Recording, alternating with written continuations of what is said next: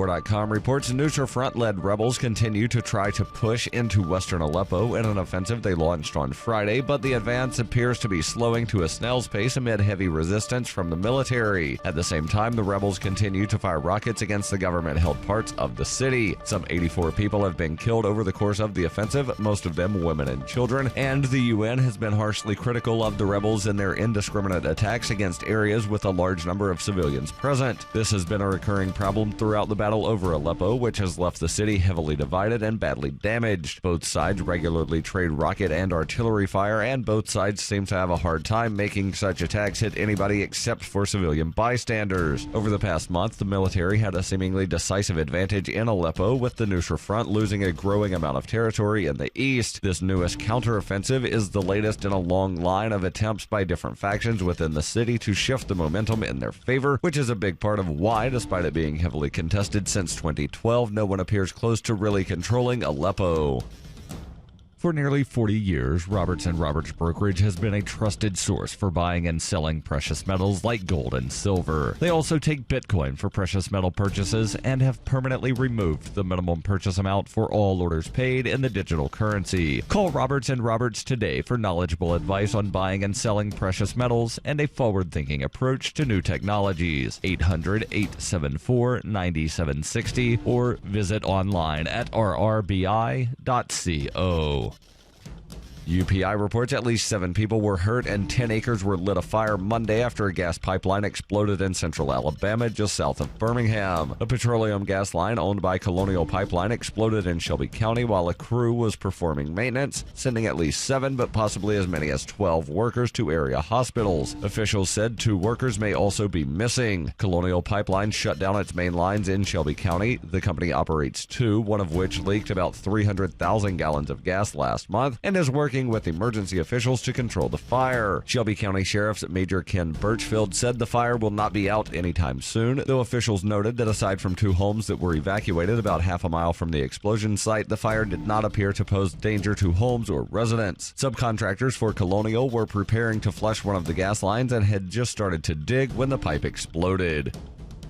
FPP Radio News is brought to you by Bitcoin Not Bombs. Bitcoin Not Bombs is a launching pad for nonprofits and social entrepreneurs into the financial freedom of the Bitcoin economy. Bitcoin Not Bombs offers premium publicity campaigns designed to facilitate an organization's adoption of Bitcoin as a payment system and to fully capitalize on that decision in their fundraising efforts. Bitcoin Not Bombs is fully committed to being the hub of the nonprofit sector of the Bitcoin economy, maximizing the potential cross-promotion of all our clients and commercial partners. To learn more, visit bitcoinnotbombs.com. Reuters reports thousands of supporters of a Native American tribe and environmental activists fighting construction of an oil pipeline in North Dakota turned to social media on Monday in a bid to confuse police, whom they believe were using it to track the protesters. More than 4,600 people used Facebook's location tagging feature to check in on Monday afternoon at the Standing Rock Indian Reservation near the site of a $3.8 billion Dakota Access Pipeline, vastly boosting the numbers actually there. The local sheriff's department, however, denied it is using social media to keep tabs on demonstrators and said the online actions by the supporters of the protesters were unnecessary. Danelle Presky, spokeswoman for the Morton County Sheriff's Department, said in an email the Morton County Sheriff's Department is not and does not follow the Facebook check-ins for the protest camp or any location. This claim/rumor is completely false. The vast majority of new check-ins at the site in rural southwestern North Dakota appear to have been made remotely. Ironically, using social media from the protest camp is hard due to poor cell phone reception. To get a signal, people walk up a small mound that has been dubbed Facebook Hill. Variations on the term check-in at Standing Rock were among the most popular searches on Facebook on Monday afternoon, with more than 10,000 people talking about it. McCaskey Camp Horinek, a protest leader from Bold, Oklahoma, said he did not know who started the online movement, but he welcomed it. This has been FPP Radio News, online at fppradio.com. Tides are caused by the moon. The moon's gravitational pull also sucks up the feces and urine of the ocean floor, dumping it in the intertidal zones. The tide goes out, revealing pus-filled cysts known as tide pools, while the moon itself remains hypocritically pristine. Crabs are one of the many disgusting denizens of intertidal pools, They feed on feces and corpses with their demonic mouths. Scuttling hither and thither, they compete relentlessly for the juiciest excrement. Finding a walrus turd is truly nirvana for these abhorrent beasts. After accumulating too much filth to move, crabs bathe themselves in the ocean. Waste floods off the crab's exoskeleton and back into the tide pools as the cycle of begins anew. This is the Onion News Network.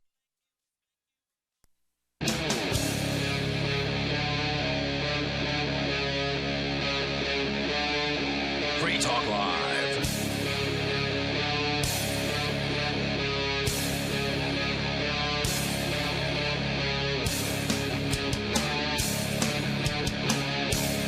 Free Talk Live. Dial in toll free and join us here. Our number is 855-450-FREE.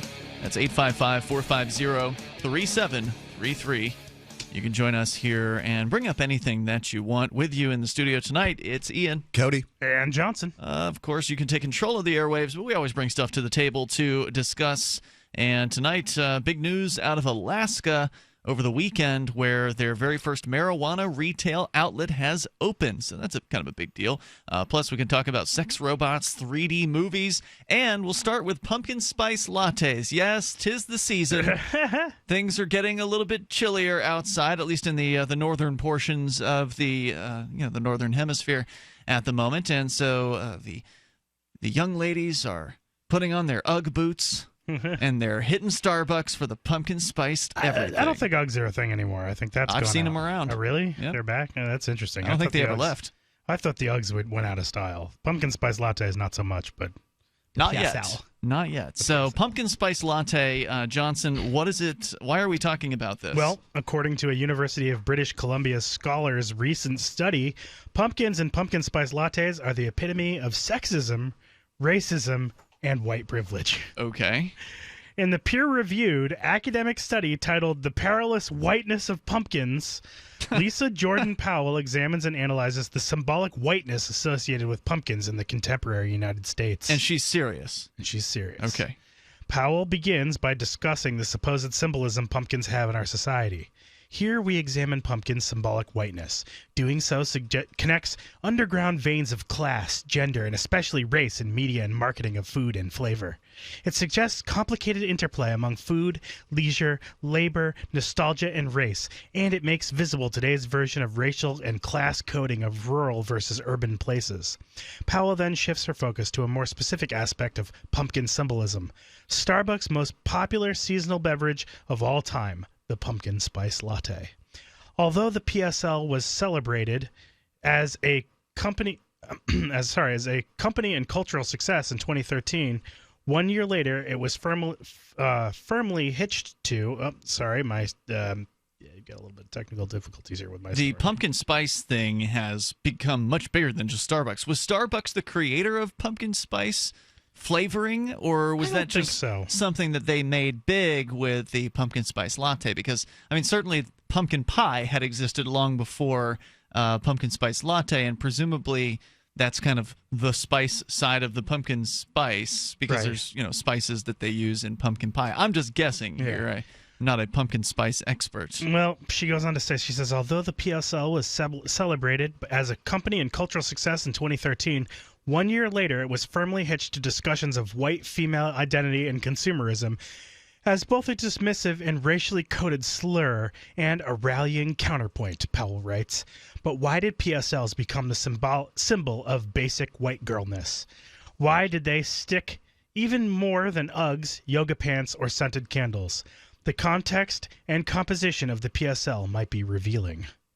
Powell explains that prior to fall of 2015, the pumpkin spice latte did not contain any real pumpkin.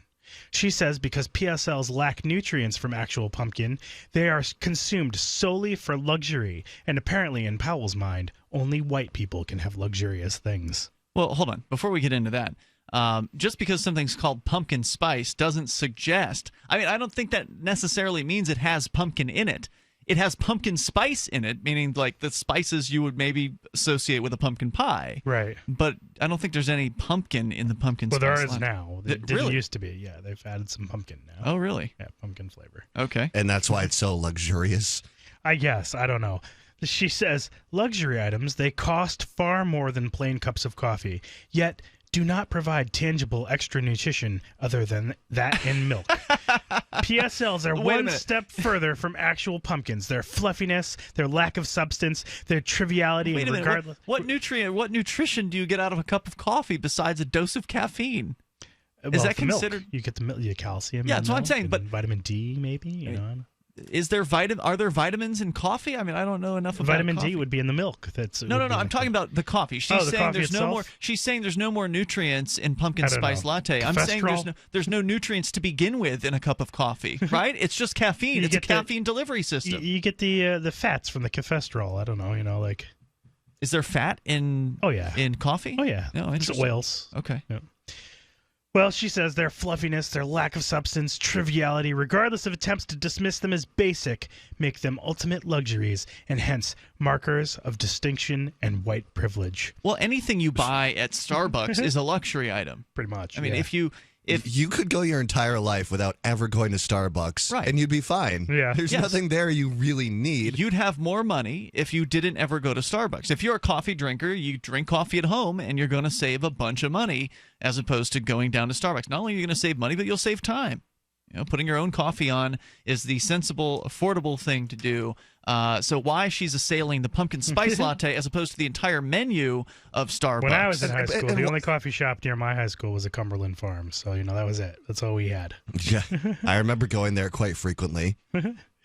But, I mean, you could go to a Cumbies and get a lot of things to drink that you don't need. You could get a slushie. Sure. You know? Is that could you consider that a luxury Yeah, of item? course. Is there any nutritional value in a slushie? None They're all whatsoever. basically, you know, a lot of Are these Starbucks slushies drinks. racist?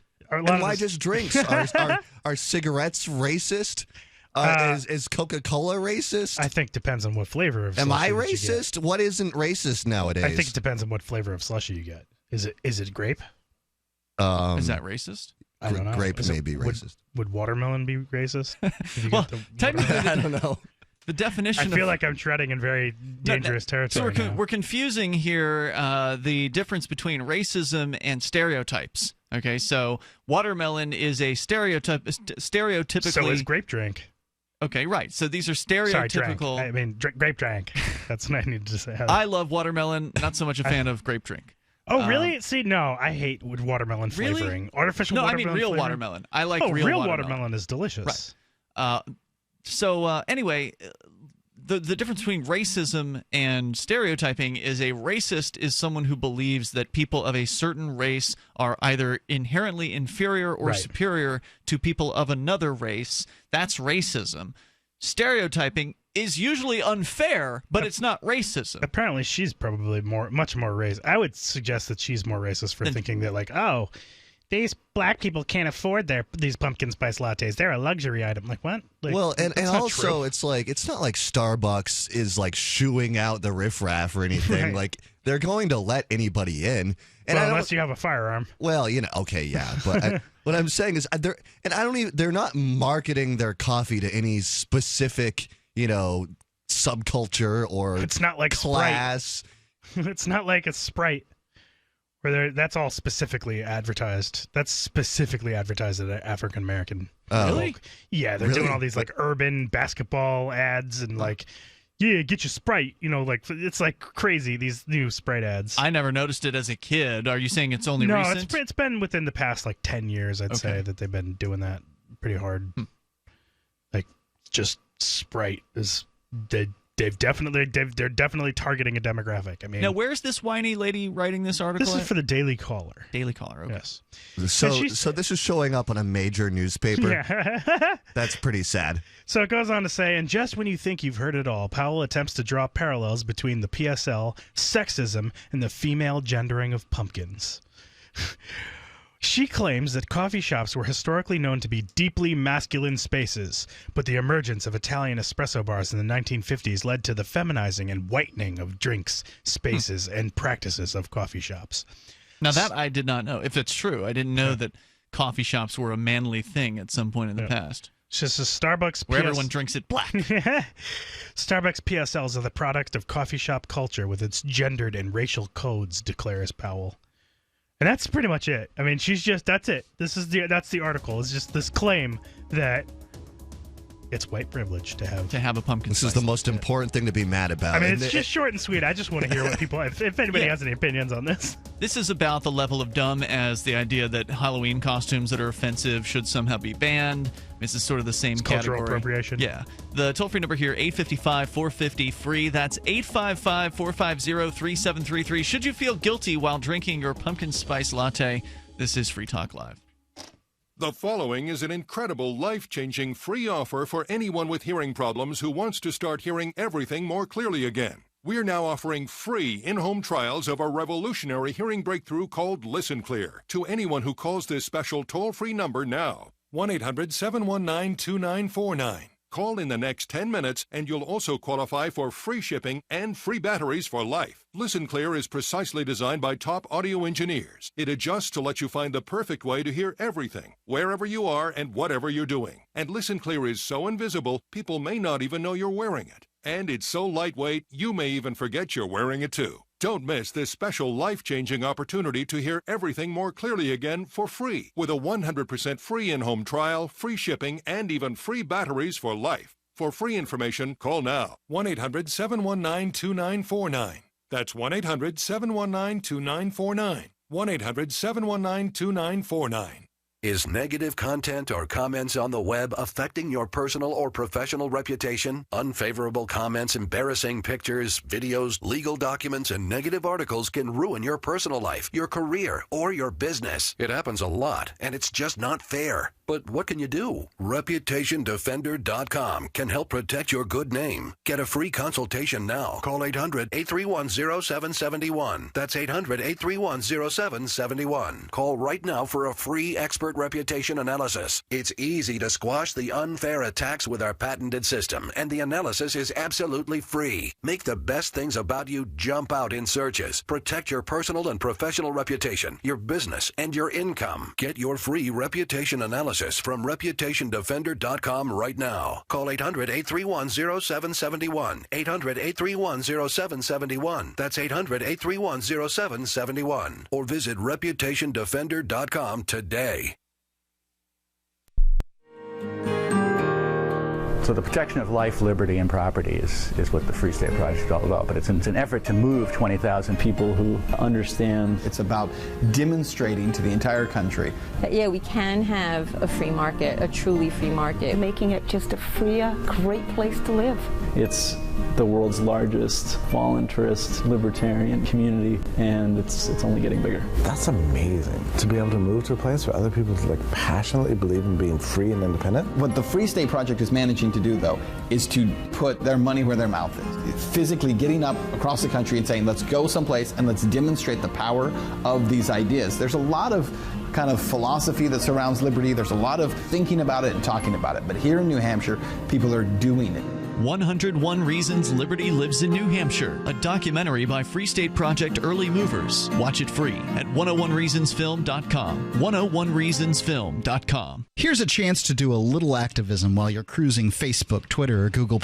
Between the LOL cats, the recipes, the hot girls, and the inspirational sunrise memes, Free Talk Live's posts pass by your newsfeed. Like them, comment. It gives us more exposure. If you don't see our posts, click like at facebook.freetalklive.com and then hover over it to click Get Notifications. It's an easy way to spread the ideas of liberty a bit further. I know you're busy, but you can spare that 1/10 of a calorie it takes to click on something. Facebook.freetalklive.com.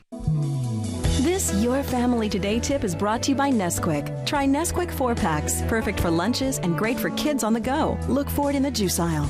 Snack time is a great chance to sneak extra calcium into your child's diet without making him feel like he's eating something he doesn't want. Serve up dairy-rich foods like smoothies, flavored milk, frozen yogurt, and string cheese. He'll love the treat, and you'll love knowing how good it is for him.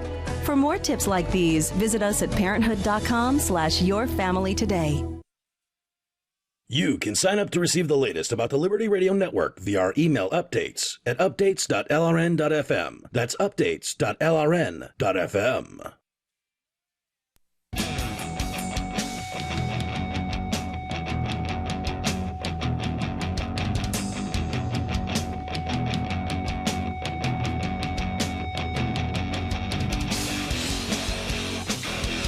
Free Talk Live. Dial toll-free. Join us here. The number is 855-450-FREE. That's 855-450-3733.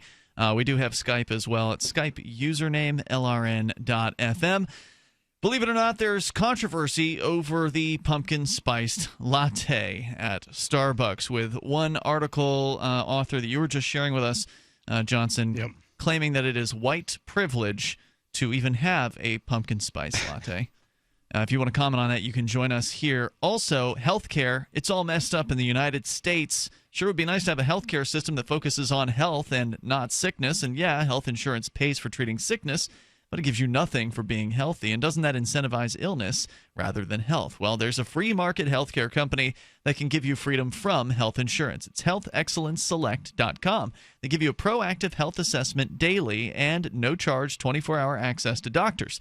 HIPAA has messed up medical records so much that one doctor doesn't know what the others are doing. How about a medical information card to give to EMS, first responders, the emergency room, or whatever medical professional you want? You can check them out right now at healthexcellenceselect.com. Any kind of doctor, traditional, integrative, chiropractic, acupuncture, and massage. You'll love the service and the price. That's healthexcellenceselect.com. So it's Ian, Cody, and Johnson in the studio with you here tonight. The claim being that pumpkin spiced lattes are somehow more white privilege than the other expensive drinks available at Starbucks. I mean, I don't understand the argument. First of all, I don't know what this, white privilege, Starbucks, the whole thing, it seems ridiculous to me. Do we have to keep dividing people by their skin color? Isn't it true that the privileged people are usually the ones that, have a bunch of money to spend? I mean, there can be That's all it really comes down to. Right. There can be rich white people, rich black people, and you're not going to generally see I guess Starbucks probably has its share of poor customers who are so hopelessly addicted to caffeine and love the Starbucks product that they're willing to go, impoverish themselves even further for it. But it would seem that Starbucks is probably attracting a middle class to wealthier clientele.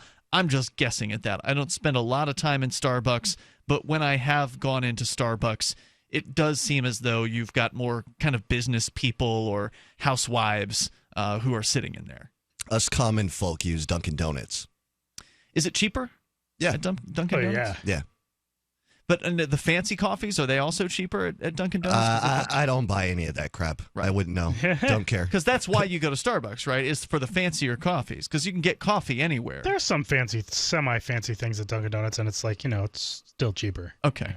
Yeah. See, I'm not a coffee drinker. I don't know. I just, I find this whole concept of privilege to be ridiculous. It's collectivism on its face, and it's garbage. And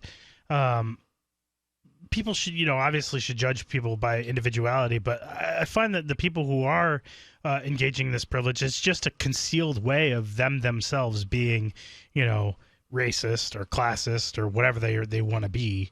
But they're just trying to collectivize groups of people. Well, now, it can be true that collectivization against a group can hurt somebody and also benefit somebody. So, for instance, it's hard to find black people who will tell you that they've never had a problem with the police, right? LeVar Burton, I believe, from Star Trek, he talked about how he's got it down to a system. When he gets pulled over, he always puts his hands on the steering wheel at the 10 and 2 o'clock position so the officer can see his hands. I'll do the same thing.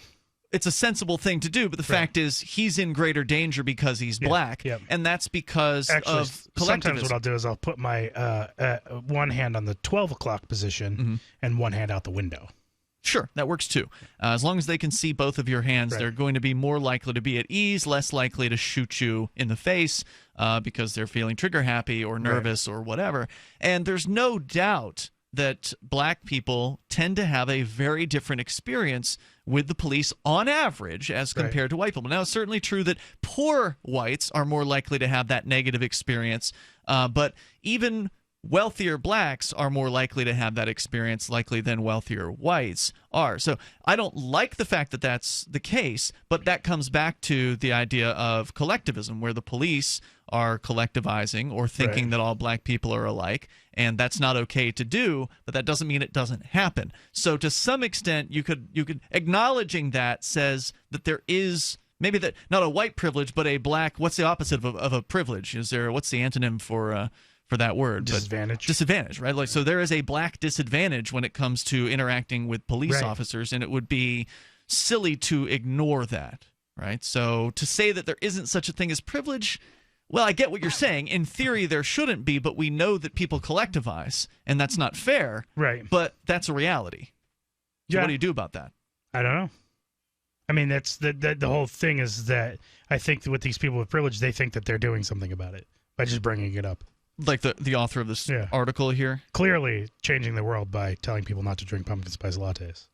Well, yeah, I mean, that's ridiculous. And there's nothing wrong with talking about things, but to bring this up as though it's going to make any kind of impact or change people's behavior, as though if people just felt guilty about going to Starbucks, that's going to change how they treat people.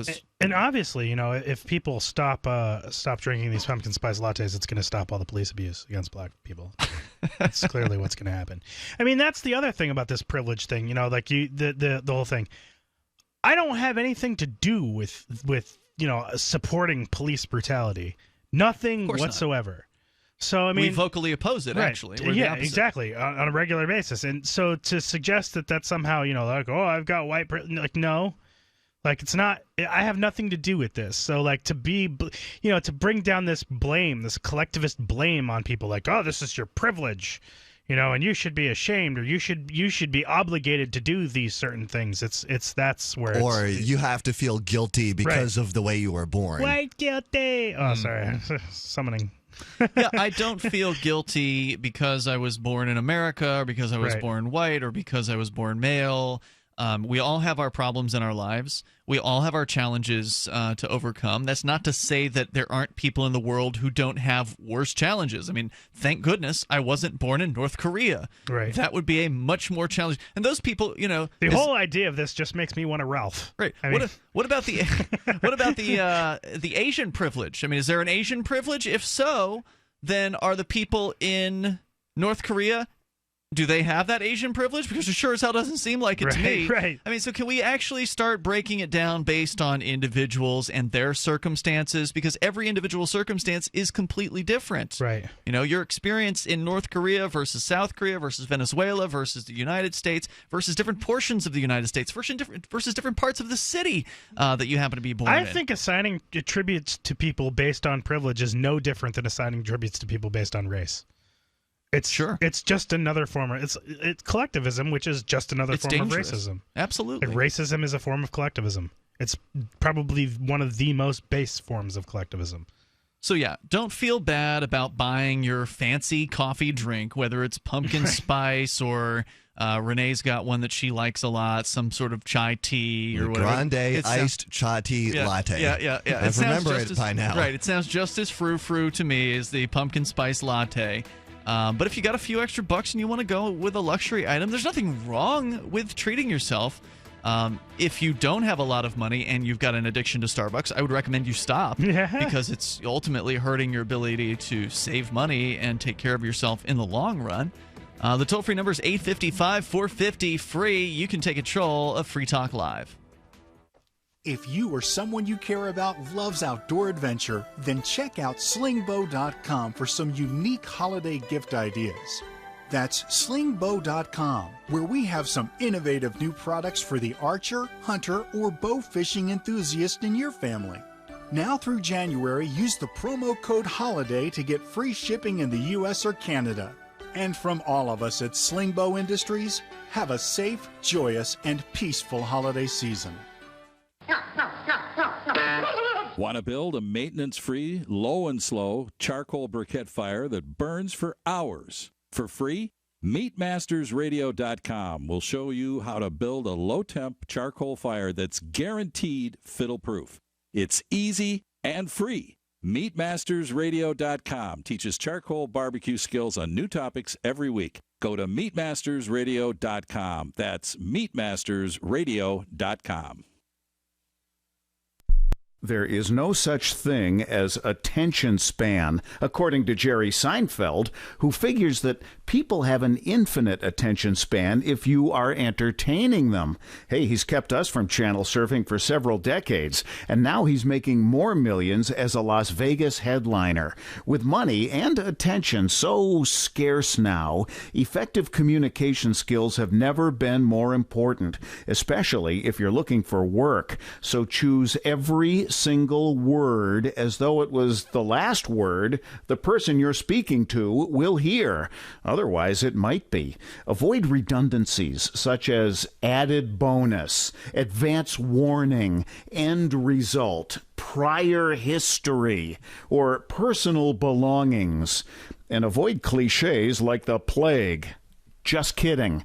For more tips, hit survivalspeech.com. I'm Holland Cook. Are you a political activist who does things that the government might not like? Then this free ebook may save your life. Rats is your guide to protecting yourself against snitches, informers, informants, agents provocateur, narcs, finks, and similar vermin. Rats was written by OG libertarian Claire Wolfe. Rats is a short book, easy to read, and available free in many formats. Download Rats free at rats-nosnitch.com. That's rats-nosnitch.com. So you've heard all 3 hours of the latest episode of Free Talk Live, and you're still hungry for liberty-oriented audio content? Did you know that we have another 24/7 audio stream at LRN.FM? The Liberty Radio Network airs the latest episodes of some of the best liberty-oriented podcasts on the internet around the clock. In addition to recorded content, you'll also hear live shows like Free Talk Live, originating from our Keene, New Hampshire studio. So listen anytime at LRN.FM. That's LRN.FM. Free Talk Live. Welcome to the world's most powerful spells by High Priestess Catherine Oles. Now, this is kind of like a lot of those religions where you can just sort of just name yourself whatever you want to, right? Right, exactly. Super wizard. Right there at the top. But 1 year unconditional money back guarantee. So, like, if your spell fails over the course of the year, oh, the tumor came back. Here are the terms. You must give the spell time to work. This time frame is 120 days from the date of purchase. That's 4 months. A request made. I don't even want the lover back after 4 months. You must allow for time for a full energy exchange. Sometimes our spells take time. Must not be that powerful. Why can't I upgrade? I mean, she charges $97. Oh, wait, no. There's a sale that ends tonight at midnight. Free Talk Live, 7 nights a week from 7 to 10 Eastern, live on the Liberty Radio Network at LRN.FM. What's up next? Visit the Liberty Radio Network program guide to find out at shows.lrn.fm. That's shows.lrn.fm.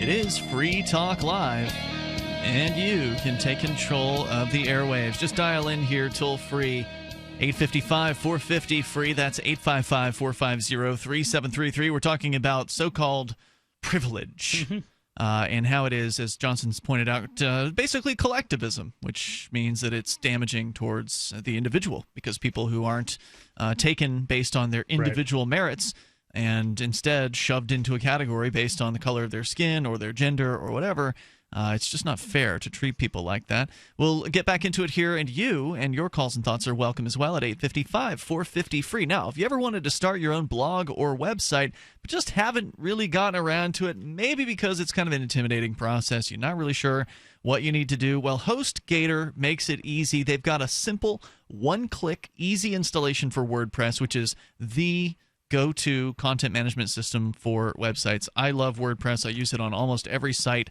except Free Talk Live site.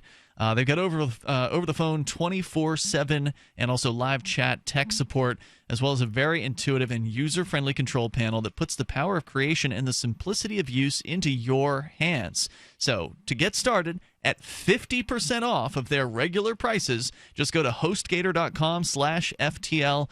We managed to negotiate an even better rate. Initially, when we first started talking about this, it was 30% off, and then we managed to talk them into an even better rate, 50% off for you as a Free Talk Live listener at hostgator.com/FTL. Plus, they've got a 99.99% uptime rating. This is one one of the top hosting companies out there. You're dealing with professionals over at HostGator, hostgator.com/FTL for 50% off of their regular prices. Let's go to your calls and thoughts. Tim in Milwaukee, listening online. Tim, you're on Free Talk Live. Go ahead. Hey, guys. I wanted to talk about white privilege, from my opinion at least. I don't think the concept of it is to try to shame white people. And as a side note, as far as Asian privilege, there was 100,000 Asian Japanese immigrants during World War II that were stuck in these concentration camps or internment camps, I believe they're called. In the U.S. But, yeah. I think the issue is, I guess I talk about this sometimes. I'm a cop blocker. And the idea that, it was illegal, specifically illegal for black people to own property for most of their time here. And then there's, kind of subtle things, whether it's obtaining credits or I get it. I'm a white guy. I've got blonde hair, blue eyes, and I get that. I believe that there is a white privilege. Just being a white guy, especially in my suburb of Milwaukee, gives me the privilege to drive down the road at midnight, where the cops will, shine the spotlight in my car. I don't know why else they would do it, but they see my face, and apparently I don't appear threatening. I think it would just be nice to acknowledge that, the 1965 Civil Rights Act didn't end the issues that black people have had for hundreds of years. I don't think anybody on this show has not acknowledged that it's hard in a lot of places, in a lot of ways, to be a black person. And no, we cannot understand what that's truly like. I don't want to make it sound like, oh yeah, we know exactly what that. No, we don't know what that's like. Right. And it's not a privilege. That's the thing. It's saying that it's a privilege is so racist. What it is it's not a disadvantage. It's not a privilege to be able to live your life normally and free. That's a great disgusting. Point. To say that it's a privilege, that's my problem. That's part of my problem with it. Because they're disadvantaged does not mean that other people are privileged. That's true. Privilege, okay. A privilege is generally something that you ask for and are granted, a special favor, a special dispensation. Here, you're just talking about you're left alone, which is, you're lucky in that case, because there's plenty of cops who will pick on poor white people as well. Police aren't murdering me. I'm so privileged. That shouldn't be a privilege. Look, go ahead, get a beat-up car, get a beat-up junker car, grow your hair out long, and look like a white hippie, poor white hippie, and you'll get pulled over by the police too. Right. That's a very good point. I guess I think that black people are more oppressed than white people. Whether we call it privileged or whatever, I think that they are more oppressed in general than white people. Let's acknowledge that that is true. But that doesn't mean that someone should feel guilty because they're going to, Starbucks and having a luxury item. I agree. Very good. Hey, thanks for the call, Tim. Appreciate hearing from you tonight. I think that's good. I mean, he brought up another point, that got me to get that point out there that it's not really privilege in most of these cases. I'm glad you did that because I was thinking that. I hadn't said it either. Yeah, I mean, it's really not, and it's kind of gross for these people to talk about. Not only do I feel like these people who do this, are they, in a way, they're being racist, they're being collectivist, but they're also just not even close to accurate. Yep, that's true. It's all about the emotions that it elicits in people. And what it is that they're trying to accomplish, I'm also not really sure with all this. I mean, social justice. Yeah, let's go to Hung Like Jesus. He's on the line via Skype, and he's a black man, I believe, in Georgia, right, Hung? Yeah, that's me. Welcome to the show. You're on. Yeah, and I know Mark. I talked to Mark not long ago, last week sometime. Anyway, I call in these things because I'm triggered. I'm triggered, and I can't help it. Johnson, you know what's gross, Johnson? You know what's gross to me? Let me tell you what's gross to me. A white dude sitting in New Hampshire in a recording studio, having that he has any inkling what it is like to be black at all. And you may not call it a privilege, but some of us call it a privilege to be white. Some of us know what it was like not to be privileged. But it's not. Do you understand that it's not a privilege, and it shouldn't be a privilege? You're just sitting there. It's not a privilege to you because you're sitting there inside the privilege, so you don't know. You have no clue about it. But it's not. What I'm saying is it's not privilege. You should have all the exact same things that I have. Just because you're being oppressed does not mean that I have privilege. It means that you are being oppressed. That's the problem. The problem is calling it privilege. It's not privilege. So us walking through the department store door at the same time, me getting followed and you not. That's not a privilege? No. Absolutely not.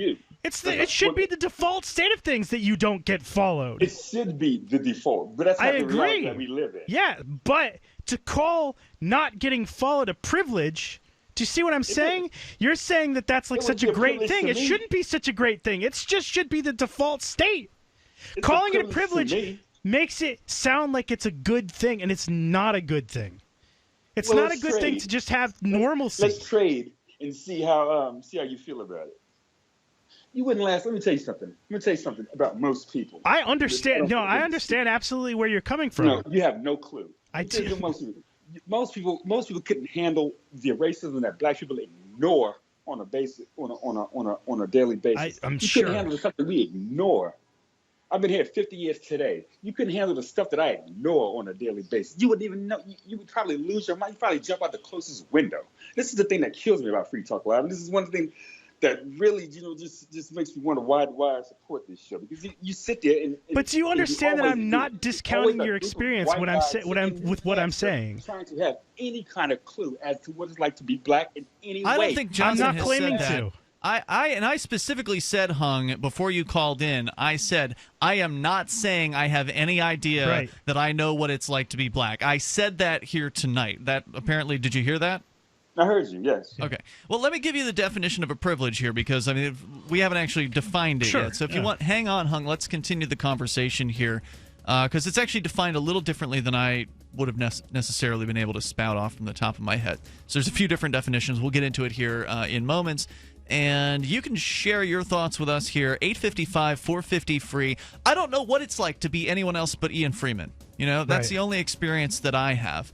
And am I privileged because I'm an activist? No, I'm discriminated against because of it. But then again, that's something I chose to do. It's Free Talk Live. Do you need a website for your blog or new business? It can be pretty intimidating on your own, and that's why Free Talk Live has partnered with HostGator, one of the top hosting companies. HostGator offers a simple one-click, easy installation for WordPress, 24/7 over-the-phone or live chat tech support, and a very intuitive, user-friendly control panel that puts the power of creation back into your hands. Go to HostGator.com/FTL and you'll get 50% off of their regular hosting prices. 50% off. HostGator.com/FTL. A dozen medical cannabis cultivators and processors have partnered with Medical Genomics to record and track the genetics of cannabis strains on the Bitcoin blockchain. The Massachusetts-based firm has partnered with a preliminary group of 12 cultivators and processors to develop a fully validated genomic-based safety and quality standards for medical cannabis. MGC's StrainSeek service records the unique genetic information of cannabis and hemp strains derived from DNA sequencing into the Bitcoin blockchain database. To learn more, go to news.bitcoin.com. Are you worried about your mom or dad living alone in their house? Hi, I'm Joan London. Listen, I know how difficult it is to find senior care for someone you love. That's why I recommend a free service called A Place for Mom. They are the nation's largest senior living referral service. Call A Place for Mom today. To receive free information on senior living communities in your area, call A Place for Mom at 1-800-704-6182. A Place for Mom offers free one-on-one advice from local advisors and a personalized list of senior living communities you can visit. If you have questions about senior care for your mom or dad, there's a place for answers, A Place for Mom. Call A Place for Mom in the next 10 minutes to get your free ebook on financing senior care as well as free information on senior living communities in your area. Call 1-800-704-6182. That's 1-800-704-6182. I've been told no in many different ways. I give you an order and you're going to obey it. George, you can go this way.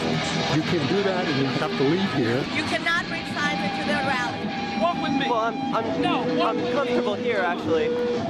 Whoa, Hey, who do you think you are? Excuse me. There is no video or audio allowed in this office. No, I have work today. You ain't gonna make it. Wait on account. Now. Wait a minute. Whoa. Hey! Oh my God! Unbelievable! Why are you running from me? Because you scared me. What am I being detained for? You're being served. What is this? You're being served. What is this? Bureaucrats have a funny way of telling people no. That's the sound of the men working on the chain. Derek J's Victimless Crime Spree. Watch it for free and order the Director's Cut DVD at victimlesscrimespree.com. LRN.FM is proud to announce our official listening apps for Android and iOS devices.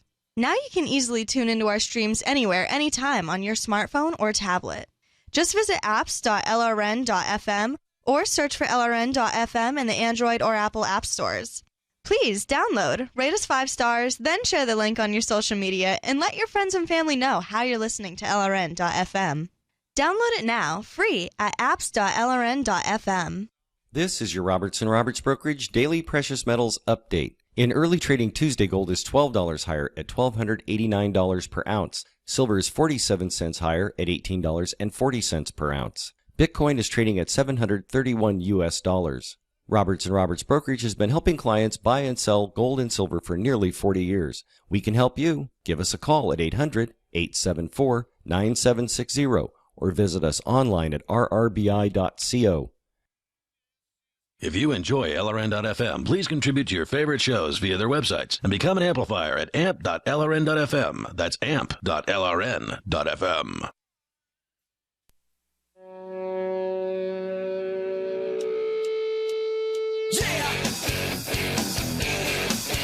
It is Free Talk Live. We're talking about the idea of privilege. And you can join us here tonight. You can take control of the airwaves. That's your privilege here on Free Talk Live. You have the privilege to bring up any topic you want to, which is something that is a benefit that would be enjoyed by not the average person, or at least it's at least something you would not enjoy on the average talk show. This show does allow that. So take advantage of it. You can dial in toll-free at 855-450-FREE. That's 855-450-3733. And you can Skype in, as Hung Like Jesus has done. We're going to get right back into his call. You can Skype in at username LRN.FM. By the way, with you in the studio tonight, you've got Ian. And Cody. And Johnson. So we're talking about the idea of privilege, and what started this conversation was a very ridiculous article at the Daily Caller, I believe it was. Is that right? Mm-hmm. The Daily Caller? By some lady who was claiming that the pumpkin spice latte is the epitome of white sexism, privilege. racism, and white privilege. And so that led to a conversation about, well, you know, what is privilege? And as you pointed out, Johnson, that the idea that someone has a detriment because of a particular part of how they were born, where they were born, how, you know, what color of their skin, because they are treated poorly because of that, doesn't mean that the other people are necessarily privileged. It means that those people are being oppressed. It means that in this case, black people, to go back to our conversation here with Hung Like Jesus from Georgia on the line via Skype, that black people are being oppressed. That doesn't necessarily mean that everyone else has a privilege, although let me get some of the definitions in here. Definition 1, a right, immunity, or benefit enjoyed only by a person beyond the advantages of most. Number 2, a special right, immunity, or exemption granted to persons in authority or office to free them from certain obligations or liabilities. 3, a grant to an individual, corporation, etc. of a special right or immunity under certain conditions. So, you know, I can see how someone could argue that anyone who's not black has a privilege, but it generally, I don't think, fits that those people have been granted any kind of special right or immunity. I mean, there are plenty of white people who are oppressed by the police as well, just not as many of them per capita or whatever, or by group. I also just don't like defining something that should be the default as a privilege. It's a privilege. So go ahead, Hung Like Jesus, you're back on. One of the and I don't use white privilege. I think white privilege is silly because I think it goes way beyond white privilege. But one of the aspects of, if you will, white privilege is being able to sit back and look back at it and call it, it's not a privilege. That's just one of the privileges of it. It's a ridiculous statement, and it's racist of you to say that. I'm just going to call you out. I don't know if that's racist. It is racist. Why is that racist? Well, you can call me whatever you want, but I'm going to tell you, being able to sit there and do that is not only steeped in racism, white supremacy. It also is also. I'm not saying that I have any kind of supremacy. It's ridiculous. I'm not saying what you're saying. I'm saying what the reality is. I'm not saying what you're saying. Okay, well, you can claim that that's the reality all you want. That's ridiculous. I'm not trying to discount your circumstances. You are trying to discount mine. You have a privilege is ridiculous to me. I'm sorry, you guys are both talking over one another. Say again, Hung. Of course, he thinks that's ridiculous, and I think him thinking he don't have some sort of a privilege in this country is ridiculous to me. It's just as ridiculous to me. That's not what I'm saying. You're not understanding because you're not listening. You just want to hear what you want to hear. I'm not trying to discount what is happening to black people. I'm not trying to discount that we're all being oppressed. No, what I'm trying to define, and I will agree with you that there is a very huge disparity of circumstance. Right? We can agree on that. There's absolutely a disparity of default circumstances and how people are treated based on race. I'm not disagreeing with you there. What I am saying is that I'm saying that calling it privilege is playing into a narrative that is negative and false and bad because it's not a privilege. It should be a default state for everyone. Privilege is like what politicians get. Privilege is like something that... Call it what you want, Johnson. Call it.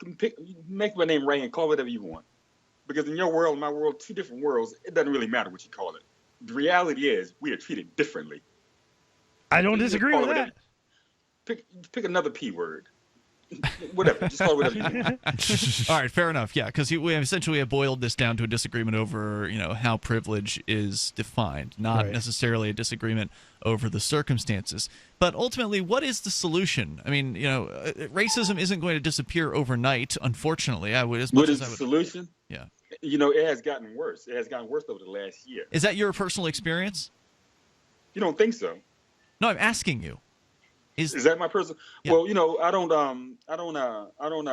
socialize a lot, and I don't get in those type of situations. And my neighborhood is really diverse, so it's not my experience. Okay. What I'm seeing, yeah. Then how do you make the determination that it's gotten worse?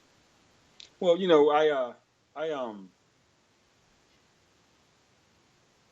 how do I make that determination? Well, because you got to be careful. It's not going to sound credible. Okay. But I just keep my finger on the pulse of these things through a lot of different means. And a lot of them not personal. A lot of them are going to be cyber. But I keep my finger on these pulses, and it's just. So you're hearing things. You're hearing you've seen more posts on social media from black you can friends. Go to any comment, go to any article that has a comment section. And it's about any article about race and has a comment section. No. Racism has. There's been a lot more race. I've seen a lot more racism online. Like the white power because of Trump. White power people are like they feel like they can just say whatever they want online now. You can't look. Comment sections have always been the dustbin. It's always been garbage. No, it's a lot worse now than it's ever been, and I've always been a part of it. I don't know. I think he's right on that. I wouldn't judge anything by comments on YouTube or anywhere on the internet. That would make sense. Yeah. But the thing about those comments, those people that say those things, that feel that way, those are the people that we work with every day. We walk next to every day. These people that we eat with every day, they feel this way, but they wouldn't dare say it. I see what you're saying. You. All right. Well, they're not really saying it to you. They're posting it on a comment, right? There's a huge difference between the coward there's a huge difference between the coward who hides behind their computer screen and someone who will actually hurl out some sort of epithet in the streets at you, right? And And I'm thinking that line is starting to get really, really thin now. Yeah. And here's the thing that that if you have all these hidden racists around you, right, that are gonna hide their true feelings from you, right? Mm-hmm. Well, that represents a danger because just because somebody's going to be emboldened online, they'll make comments online. But what if there's a group of racists that suddenly they now feel comfortable that they're in the minority, that they can take action or do something? That's where it gets really, Or just feel emboldened because it's so popular now. Right. Trump has emboldened a lot of people to do things they wouldn't normally do because they feel they have a lot of backup. Very good. Hung, thanks for the call tonight. I appreciate hearing from you. Of course, the opposite has been true as well. Wasn't there a homeless lady who was attacked in Los Angeles recently? I think it was for defending Trump. Where she was beaten and she was black. Right. So, I mean, it's the political system that is justifying violence against people. It's the political, the constant fight over the power, over the ring of power that is really pitting people against one another. And yes, Trump appears to be like he might be a racist. An atheist in a lot of places. Yeah, absolutely. So what we're talking about here is not necessarily maybe that Trump is legitimizing racism, but that people are so angry about this political battle that they're getting violent with one another. And maybe the Trump supporters are more likely to be violent. Maybe they're more likely to be racist. Okay, that could all be true. I don't know. I haven't polled them. It's my contention that, like I said, that I find that racism is a base form of collectivism. I think that collectivism legitimizes hatred. Sure. Just in general, there's all different to judge forms an individual based on, experiences you've had with other people of the same skin color is ridiculous and shouldn't be done. But, we come back to the question of all of these things. A lot of the stuff we're talking about is true, that it is very hard, very difficult to be a black person because there are a lot of things that are lined up against them. Because of maybe age-old racism that has been passed down from generation to generation, or old racist laws that are still affecting black people today and preventing them, and also poor whites and Hispanics and others. Generally, it's poor people who are probably the most discriminated against as a class. But it's tough. And so how do you make the change to where we want to be? And it's just you have to start within. You have to start with the individual, and you have to create communities, I think, intentionally, where people who understand that individuals should be judged based individually should come together. And we're doing that here in New Hampshire. We could use more diversity in New Hampshire, so please feel free, if you're a liberty-minded person, whatever the color of your skin, come on up here and get involved in this, because it's that intentional creation of community that will result in a more fair life for everybody, I think. Whereas everybody just randomly thrown together, you're going to find people who hate each other, and I don't think that will lead to good things. So I think we've got a good thing going on here. We'll talk more about it. You can join us as well. It's Free Talk Live. You've said it yourself. We need a healthcare system that focuses on health, not sickness. Health insurance pays for treating sickness but gives you nothing for being healthy. There's a free market healthcare company that gives you freedom from health insurance. They give you a proactive health assessment daily, no charge 24-hour access to doctors. Check them out right now at healthexcellenceselect.com. Any kind of doctor, traditional, integrative, chiropractic, acupuncture, and massage. You'll love the service and price. healthexcellenceselect.com. healthexcellenceselect.com. You want disruption? You got disruption. Cell 411, the world's most disruptive and empowering app, knows you want ride sharing with payment options for cash, Bitcoin, silver, and barter, as well as credit cards. And they know you want more than promises. Cell 411 delivers. The same great emergency management app, now with ride sharing. Freedom to travel is a right. You don't need big business telling you how to do it and taking fees. Go to the App Store now and download Cell 411 and get riding. Looking for a great real estate investment? Consider New Hampshire, which is ground zero for the Liberty Movement. Your first call should be to Mark Worden from Porcupine Real Estate. He's more than just a real estate agent. He's your New Hampshire concierge. Where are the best places to live? Do you want farm, city, the burbs, or forest? Do you want a duplex or multifamily building so that renters pay your mortgage? There are homes in all price ranges in New Hampshire, and Mark can help with financing too. Invest in liberty and property. Mark Worden can help. PorcupineRealestate.com. You may already know about the Free Talk Live audio-on-demand phone line at 641-793-9660. Did you know that not only can you listen to Free Talk Live via your phone, you can also leave a message and have it delivered to Free Talk Live's hosts? To leave us your thoughts, just dial 641-793-9660. That's 641-793-9660. Press 2 for Free Talk Live, and then hit 0 to leave your message. You're listening to the live edition of Free Talk Live. Hour number 2 is next, after the news, here on the Liberty Radio Network at LRN.FM. From Keene in the Shire, the Liberty Media capital of the world, this is Daryl W. Perry, host of FPP Radio News for Tuesday, November 1st, 2016. Silver is trading at $18.25 per ounce. Gold is valued at $1,287 per ounce. And according to BitcoinAverage.com, the average price of Bitcoin is $735.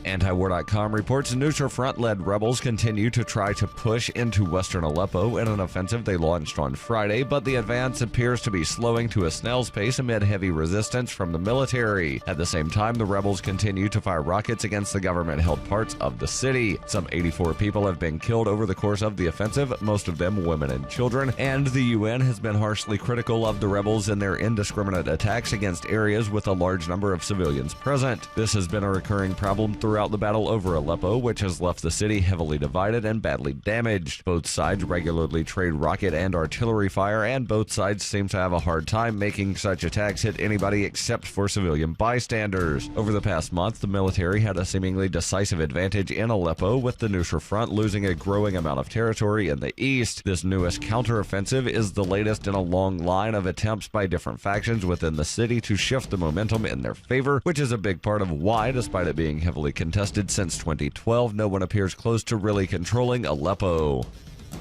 For nearly 40 years, Roberts & Roberts Brokerage has been a trusted source for buying and selling precious metals like gold and silver. They also take Bitcoin for precious metal purchases and have permanently removed the minimum purchase amount for all orders paid in the digital currency. Call Roberts & Roberts today for knowledgeable advice on buying and selling precious metals and a forward-thinking approach to new technologies. 800-874-9760 or visit online at rrbi.co. UPI reports at least 7 people were hurt and 10 acres were lit afire Monday after a gas pipeline exploded in central Alabama just south of Birmingham. A petroleum gas line owned by Colonial Pipeline exploded in Shelby County while a crew was performing maintenance, sending at least 7 but possibly as many as 12 workers to area hospitals. Officials said 2 workers may also be missing. Colonial Pipeline shut down its main lines in Shelby County. The company operates 2, one of which leaked about 300,000 gallons of gas last month, and is working with emergency officials to control the fire. Shelby County Sheriff's Major Ken Birchfield said the fire will not be out anytime soon, though officials noted that aside from 2 homes that were evacuated about half a mile from the explosion site, the fire did not appear to pose danger to homes or residents. Subcontractors for Colonial were preparing to flush one of the gas lines and had just started to dig when the pipe exploded. FPP Radio News is brought to you by Bitcoin Not Bombs. Bitcoin Not Bombs is a launching pad for nonprofits and social entrepreneurs into the financial freedom of the Bitcoin economy. Bitcoin Not Bombs offers premium publicity campaigns designed to facilitate an organization's adoption of Bitcoin as a payment system and to fully capitalize on that decision in their fundraising efforts. Bitcoin Not Bombs is fully committed to being the hub of the nonprofit sector of the Bitcoin economy, maximizing the potential cross-promotion of all our clients and commercial partners. To learn more, visit bitcoinnotbombs.com. Reuters reports thousands of supporters of a Native American tribe and environmental activists fighting construction of an oil pipeline in North Dakota turned to social media on Monday in a bid to confuse police whom they believe were using it to track the protesters. More than 4,600 people used Facebook's location tagging feature to check in on Monday afternoon at the Standing Rock Indian Reservation near the site of a $3.8 billion Dakota Access Pipeline, vastly boosting the numbers actually there. The local sheriff's department, however, denied it is using social media to keep tabs on demonstrators demonstrators and said the online actions by the supporters of the protesters were unnecessary. Danelle Presky, spokeswoman for the Morton County Sheriff's Department, said in an email the Morton County Sheriff's Department is not and does not follow the Facebook check-ins for the protest camp or any location. This claim/rumor is completely false. The vast majority of new check-ins at the site in rural southwestern North Dakota appear to have been made remotely. Ironically, using social media from the protest camp is hard due to poor cell phone reception. To get a signal, people walk up a small mound that has been dubbed Facebook Hill. Variations on the term check-in at Standing Rock were among the most popular searches on Facebook on Monday afternoon, with more than 10,000 people talking about it. McCaskey Camp Horinek, a protest leader from Bold, Oklahoma, said he did not know who started the online movement, but he welcomed it.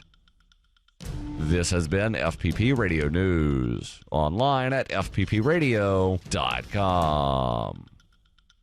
Saying that he was giving his coworkers at Marley Publishing just a few more days to catch on to him, local mentally unstable man Michael Redding told reporters he planned on exhibiting 1 or 2 more warning signs this week before, quote, finally doing this. I think I'll do just a couple of disconcerting things in front of people here at the office. Maybe give them a day or two to take action through the appropriate channels. But if that doesn't happen, then I'm going through with it. The fully unhinged Redding, who plans on, quote, making this thing happen sometime next week, claims that despite displaying erratic and worrisome behavior around the office for the past few months, his actions have gone completely unreported by his coworkers. I definitely talked about my frustration with life in general, and I even discussed my fascination with all sorts of violence. But that still didn't throw up any red flags. We'll see if anyone catches on. Mike? I don't know him super well, but he's nice enough. He's quiet and he keeps to himself mostly, but I'm sure he'll come out of his shell. Just a matter of time. This is the Onion News Network.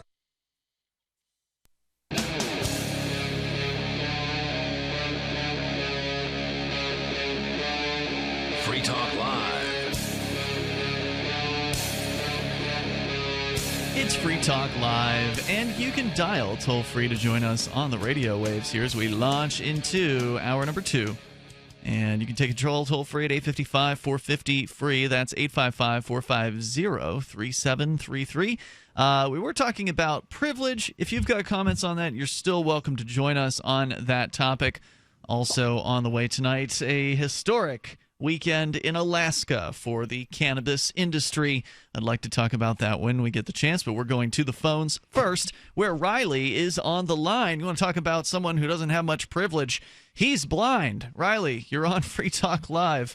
Welcome back to the program via Skype. Hey, guys. So, yeah, I think Ian was right. I don't have a lot of privilege in my life. I don't have the privilege of being able to drive like everyone else. I don't have the privilege of going to a job and having everything just available to me. I have to have special accommodations made. So there's an interesting thing to look at when it comes to privilege. But before I go on with my topic, I want to mention briefly about the Free Talk Live Daily Digest that I put together every day for the show. It's the 20 to 30 minute bit of audio that comes out with the podcast that comes out every day, and I work on it. If you feel like you want to support it, please donate $5 to $10 to me. That's if you choose to. I'm not going to make you. I'm not going to come to your house and tell you have to. If you feel like it's something that's worthwhile to you, then please feel free to donate. Your Bitcoin address is in the description of each show. If you're on our SoundCloud channel, for instance, you'll see in the description the way to donate to you. So for folks who didn't know that, that's how. Right, and there's also a Patreon link there as well. Yep. So. Oh, by the way, I'm glad you brought that up, because I actually had somebody tell me tonight, longtime listener of the show, said that he actually stopped listening after the digests started coming out, which is, was surprising to me. And he said the reason for that was because he didn't like hearing the same thing twice. So I guess he just, indiscriminately was listening to everything that came down from our main feed, because what we do with our podcast is everything that we create just goes into that feed. So if Mark does an Edgington Post episode, that goes in the feed. If there's a full episode of Free Talk Live, as there is, there are 7 nights a week, that goes into the feed. The digests go into that feed. And my thought there was I'd rather have the feed with a bunch of stuff in it, and then people can just pick what they want to listen to. And so what we've had, aside from this, is the episodes only feed, because some people just want the episodes. They don't want the other stuff. They don't want the Edgington Post. They don't want the digest. They want the full show. And so we've had that for a while, but also you can now get, just as of tonight, because of this person bringing this up to me before you called in, I hadn't even talked to you about it yet. Literally, in the last break, just finished uploading this over at freetalklive.com. On our podcast page, we now have a digest-only feed. So if you want to that is only awesome. so if you only want to subscribe to the digest. So it had been if you wanted to get the full feed, you could do that. If you wanted only the full episodes, you could do that. Now, if only what you want is that 20 to 30 minute digest that Riley creates for us out of his own, free will and time and, out of the goodness of his heart that he creates for us every single day. You just want that 20 to 30 minute summary of the show because you don't have 2 hours a day to listen to Free Talk Live like a lot of people don't. You drive 15 minutes to work, 15 minutes home. You can listen to the digest. So now you get the digest-only feed, and here's how you find it. You go to feeds.freetalklive.com. That'll actually show you the different options. So there's one that's got only Edgington posts. There's one that's got just the digest. There's one that's got the full show. And then there's the full-on feed that's got it all in one. So you can now listen to whichever RSS feed that you would like. Put your favorite one into your iTunes or into whatever RSS readers people are using these days. So if you want to check out our full list of feed options, including Google Play, YouTube, Stitcher, and a few others, you can go to feeds.freetalklive.com. All right, so Riley, what were you actually calling about tonight? Well, I wanted to continue the discussion about privilege. We were talking about me not having a lot of privilege, and we mentioned that I can't drive. I have to have special accommodations when it comes to work, schooling, and whatnot. And that can be kind of expensive for an employer who may want to hire me because if they have a computer that I need to use, I may have to get software installed on that computer, and specialized software for the blind can be rather expensive. Oh, I bet. There's a program that's run on Windows called JAWS, and it's Job Access with Speech. That's what it stands for, and it runs probably about $1,000 just for the software. So, for blind people, it's really hard to get out in the workforce. I'm not saying it's impossible, but it's a little tougher for me to get out in the workforce. So. You could still do phone sex as a blind person. Oh, I'm sure I could, but it's just something I don't want to do. Sure. But right, but then there's the privilege of, we have the right, according to the Bill of Rights, to keep and bear arms. But the question I have for you guys, does that extend to blind people as well? I say yes. Of course it does. Yeah. See, I would say so too, but then I have those people that would argue, well, you can't have a gun because you're blind and you may miss your target.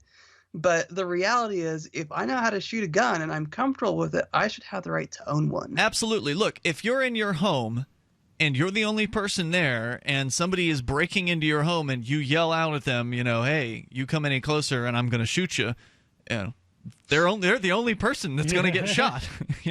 Exactly. And as a blind person, your other senses are more attuned. You're probably very well likely to get a hit if you can hear the person. Exactly. But I would rather just de-escalate the situation first. I mean, I don't want to have to kill anybody. That's kind of traumatic. But, I'd want to still have that right. And yes, I have been shooting. I've shot a few guns in my lifetime, mostly 22s. But I enjoy it. It's just I still think that I should have the right to keep and bear arms just like everyone else. Absolutely. Now, when it comes to the Starbucks thing and privilege, I have no idea where this person's getting this idea where that pumpkin lattes are about sexism and white privilege. I really have no idea how this person draws this conclusion because, if you want to enjoy luxury things, go ahead, enjoy luxury things. You have the right to if you've earned the money for it. So, I'm not going to begrudge people from enjoying their luxuries just because I'm not making as much money as they are. So that's just my perspective. I'm with you. Riley, thanks for your call tonight. I appreciate it. And again, that's Riley, the creator of the Free Talk Live Daily Digest. Very cool. Makes me think there's a kid who developed a sonar, a blind kid who used clicking with his mouth to like develop a dolphin or whatever. It's literally just with his tongue. Yeah. And is able from that sound to almost see. Like this guy runs it like this. But are you saying this is a thing, or you're just imagining this? No, this is a real kid. Yeah, this is a real kid who he's probably in his 20s now, but he they show him like skateboarding, rollerblading, like he's constantly making a clicking noise as he goes. Fascinating. And he's able to basically very quickly perceive his environment around him. Wow, where did you see this? It was YouTube, a YouTuber of some video site. They was just showing him going around, and it was like search amazing. for blind skateboarder, sonar, like Daredevil. It's like unbelievable ability. Very cool. I'll bring it up for you in the next break. Maybe we can post it on the. Yeah, I would love to do that. Yeah. So you can take control of the airwaves here. You can bring up whatever's on your mind. Now there is a privilege that in Alaska right now, and in a few other states. That people in those states have that the rest of us don't. And we all should have it, but unfortunately, we're not there yet. Here in the 21st century, only a handful of states have legal recreational cannabis. I'm sure people are mad at me because I don't like that use of that word privilege. I just feel like it's being used. It's the wrong usage. Well, it's being used as an excuse because people are so uncomfortable with saying how many people are disadvantaged and have a form of oppression, and that doesn't make everything else privilege. That's right. There's plenty of like I said before, there's plenty of white people in court too, and I think it's particularly relevant when you bring up a disability. Everything else is a privilege. Well, because you're uncomfortable with saying no, that person has a disability, right? So everything has to become a privilege. No, that's not really the case. Toll-free number tonight if you want to join us here, 855-450-FREE. It was a very special weekend in Alaska this weekend for marijuana smokers. We'll tell you a little bit about that and some of the difficulty that pot shops are having around the country as well. It's Free Talk Live, and you can join us. Think you're fat? You might just be bloated. Find out by calling now for a free trial of New Biotics, the new breakthrough that flattens bloated bellies fast. For a free trial, call 1-800-967-9298. Strict limit of 1 per household. I used to be plagued by pot belly and constant bloating. After taking New Biotics, my belly flattened and continues to get flatter. My sense of bloating and discomfort is gone. If you've got a big belly, you might not be fat. You might just be bloated. New Biotics is scientifically formulated with natural ingredients to flatten bloated bellies fast by cleansing pounds of rotting food and toxic sludge from your body. It even combats periodic heartburn and acid reflux. If your belly flattening results are too dramatic, simply reduce use to every other day. Think you might be bloated? See how much flatter New Biotics makes your belly. But hurry, call now for details while we're still giving it away for free. 1-800-967-9298. That's 1-800-967-9298. 1-800-967-9298. You ever wonder what happened to America? Because of what we did on this day, change has come to America. Something's wrong, and we all know it. I'm Charlie Daniels, and I'm here to tell you about it. The nation has been hijacked by international forces, bent on global governance. When I was a boy, it was okay to be proud of the flag, heritage, mom and apple pie. God was in school, morality had a future, and beef was for supper. Revelation, dawn of global government. We're the solution, Americans. Ain't nothing more to it than that. Starring Alex Jones, Charlie Daniels, and Special Ops General Jerry Boykin. Theatrical screenings on demand. DVDs now available. Want to shed some tears over the red, white, and blue? Revelation, the movie.info. Americans need to see this film. Revelation, the movie.info. Let's fix it.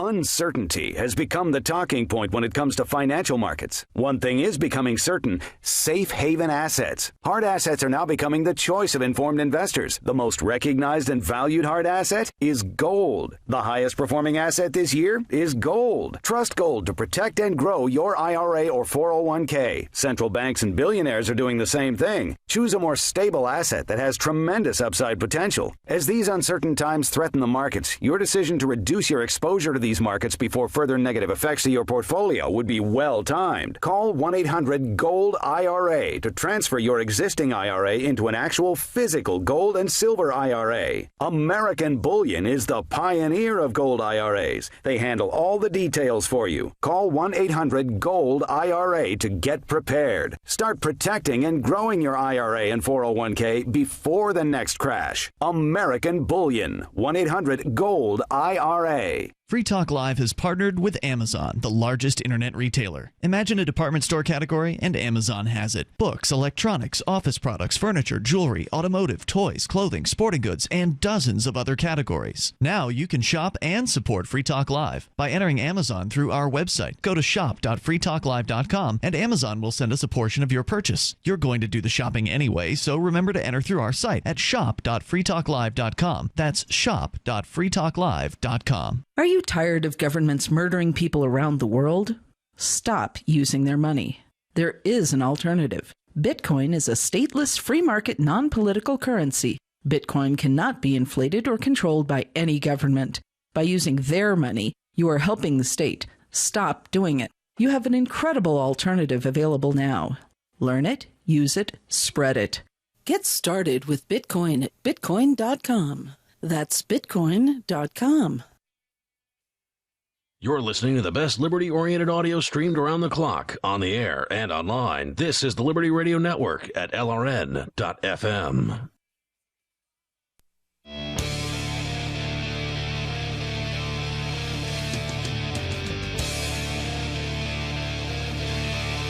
Free Talk Live. You're invited to join us here on the radio. Our toll-free number is 855-450-FREE. That's 855-450-3733. Coming up, Johnson, you've brought an advice column in. We're going to get into that in a little bit. It has something to do with some young people moving in with a grandmother of one of the couple, Right, yep. and some conflict between the ladies. Is that right? Yep, that's correct. All right, we'll get into that here. I just thought it was an interesting story. You know, I like the just odd, kind of sort of offbeat sort of stories that bring up the issues. I like some personal issues and discussion about that, so we'll get into it here.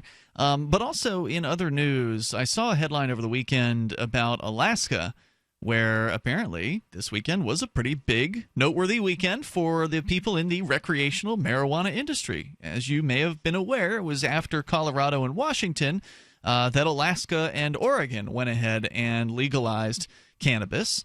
If I'm recalling correctly, I think Guam was in there as well as Washington, D.C. Not sure. So those are I believe, the current places in the United States. In D.C., it's legal to possess it. It's not legal to sell it in a store. But in places like Oregon and Washington, I don't know if Oregon's there yet, but I'm pretty sure they were one of the states that did legalize it. Of course, there's actually 5 states coming up next week that will be there's ballot measures that are going to be on the ballot where the voters will be able to decide whether or not to legalize. And I believe Seems Maine. fairly likely that they're going to go through most of them. I hope so. Maine, your former living place, Cody, is one of those states. My home state. Yep, they're gonna be voting on it. Massachusetts is one of them as well, and I don't have the list in front of me. But so now New Hampshire will just be surrounded, beset on all sides by.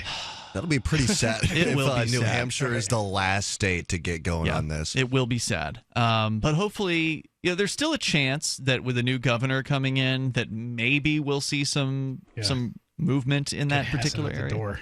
Yeah. So anyway, in Anchorage, Alaska, quick story here from the Associated Press. Alaska's first marijuana retail outlet opened to a throng of customers this weekend on Saturday, 2 years after voters approved allowing people 21 and older recreationally to use pot. So that's the thing that I think may be in our favor here in New Hampshire is if it takes a long time for these recreational things to actually go through, like here we are 2 years later, and finally the doors are opening on this facility, maybe New Hampshire could possibly legalize it and beat the rest of them to the punch. Right. But then again, government doesn't tend to move quickly, so I wouldn't hold my breath for that. But it's still just because New Hampshire is the first state that did it like legislatively, did some very interesting things, but hasn't got in the way, right? I mean, well, New Hampshire for marijuana reform has had tremendous support in the state house. We're talking about 80% of the state house supporting it. So that's huge. Right. I mean, it seems like it's an inevitable thing based on that. I mean, that's an indicator that that's what the people want to have happen. Of course, polls also show that a majority of the people of New Hampshire want it to happen as well. So, I mean, it's going to happen at some point. Right. It's just the question of when and, how long and how many more hoops do we need to jump through. And ultimately, will our legalization situation be better than the other states in that will there, not be as much restrictions on where you can smoke? Will we be able to walk down the street legally and smoke a joint? You can't do that legally in Colorado. Right. Now, there are probably plenty of people who do it anyway because screw it, what are you going to get a ticket? I mean, is it going to be the end of the world? So maybe what'll happen is we'll see Massachusetts, we'll see Maine go ahead and legalize it. That still will give us some time to sort of jump on board, and it'll all kind of play out at the same time, because then we'll be able to point to Alaska and Maine and say, hey, look, this is happening here. Why are we still sitting here doing nothing in New Hampshire? Well, the problem is that New Hampshire is going to be leaving a lot of money on the table. Exactly. You know what I mean? That's the motivator for the politicians. People are going to be going to Maine or Massachusetts to buy their weed, which will be highly taxed, and they will go to those state governments in New Hampshire. They're just going to be sitting around twiddling their thumbs. So maybe that's what New Hampshire could do. I swear that will be their motivating factor, because that's the type of people they are. Right. I mean, New Hampshire's always had what they call the New Hampshire advantage, right? Where we don't have a sales tax. Right. There's food tax, meaning that if you go to a restaurant, you'll pay a sales tax on eating out. But otherwise, if you go to Walmart or something and you're buying things, there's no sales tax. And that draws people from Massachusetts and draws people from That's probably what they're trying and working on. They're probably working on it where marijuana will only be served at places where you can't actually get marijuana.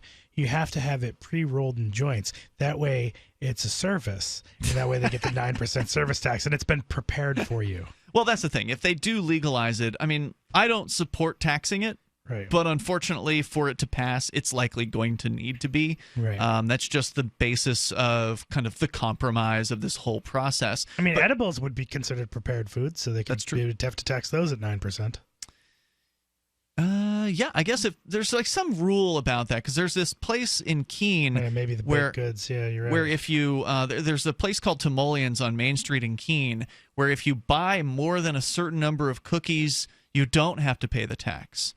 That's weird. Yeah, I don't know why that rule exists or what the rule is or what it is statutorily, but maybe what you're saying, maybe you're onto something, Cody. Maybe if Massachusetts and Maine go ahead and legalize it. I don't know what the proposal is. I haven't actually read the ballot proposal or the statutes that would be written surrounding it, but I suspect you're right that there will be a high tax placed on marijuana. Oh yeah, which would mean that New Hampshire which would mean that New Hampshire could look at those tax rates and say, oh, well, they're taxing 20% in Massachusetts, they're taxing 15% in Maine, let's tax ours at 10 or 5%, so undercut the surrounding states, have the lowest tax, the lowest priced marijuana. Right. That would encourage more people to come from those states into New Hampshire. So I think that could be something that could maybe be a selling point for the future of marijuana in New Hampshire. But for right now, kudos to the folks out in Alaska, which was, by the way, the third place state on the Free State Project's selection, and they've beaten us to the punch here with marijuana legalization. State.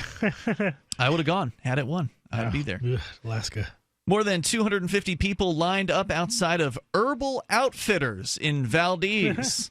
Store owner Richard Ballo said customers came from as far away as Anchorage and Fairbanks, more than 350 miles to the north. Such a large state. Wow. It's humongous.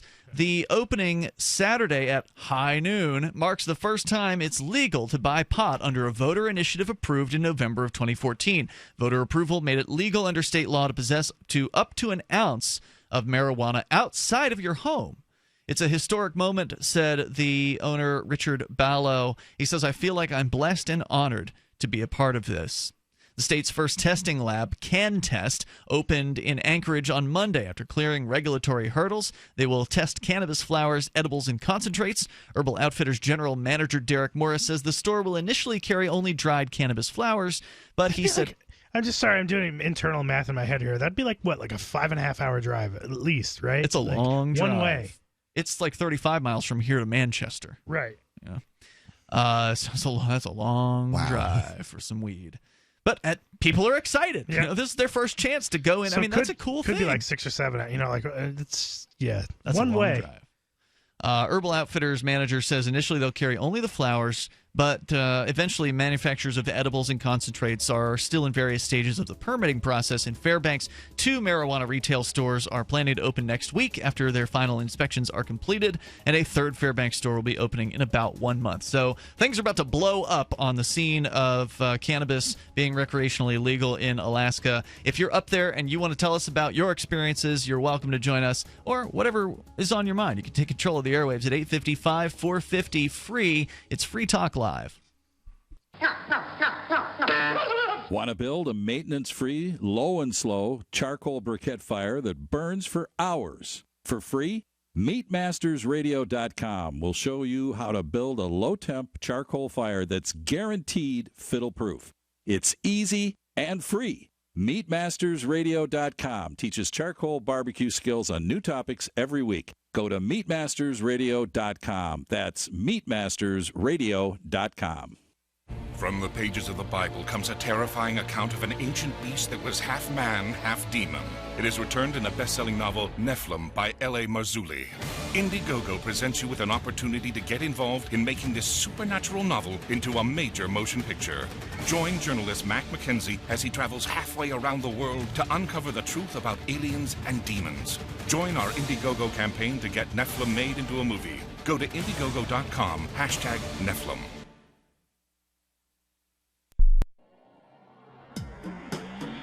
Free Press Publications is an independent, alternative media and publishing company founded in June 2009 with the mission of ensuring a free press for the freedom movement and is committed to spreading the message of peace, freedom, love, and liberty. FPP also gives new authors an avenue for publishing freedom-oriented material. FPP brings you daily news and commentary on the website fpp.cc, as well as a daily 5-minute newscast, FPP Radio News, and weekly news, views, and commentary in the FPP Freedom Minute and Peace, Love, Liberty Radio at fppradio.com, and the monthly newspaper FPP News at news.fpp.cc. Find FPP online at fpp.cc. That's fpp.cc, as in Creative Commons.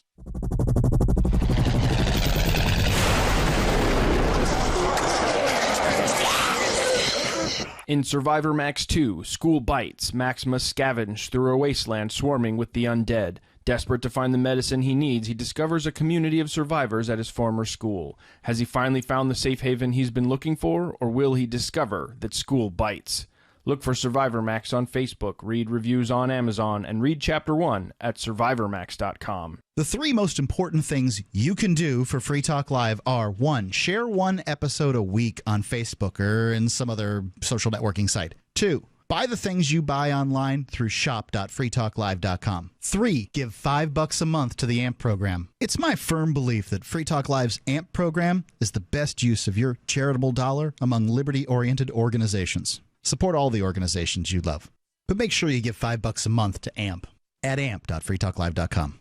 On Free Talk Live, we're bringing people to the ideas of liberty every day.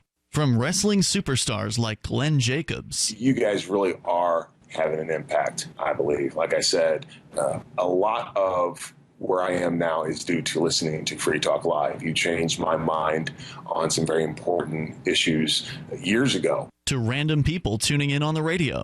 I was kind of stuck in the left-right paradigm. I heard your show by chance on a Saturday night. From there, I went on, joined the Free State Project, and become an amplifier. So, I mean, that's really the reason why I amp is because I know that if it wasn't for you guys being on as many stations as you are, I never would have found the ideas of liberty. Your amp will directly change more lives by getting Free Talk Live in front of people looking for talk radio online and on the air. When you amp Free Talk Live, you get perks like access to the AMP-only Facebook group and AMP podcast. Visit amp.freetalklive.com. While our satellite channel is free to listen to, it's not free for us. You can help us cover our satellite costs with the chip-in on the right side of the page at lrn.fm.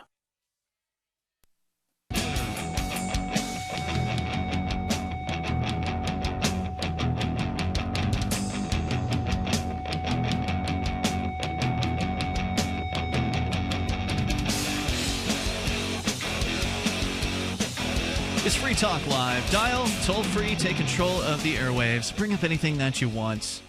Big news in Alaska is the doors are open on the very first cannabis club, the very first recreational retail location where any adult can walk in the doors and walk out with up to an ounce of marijuana.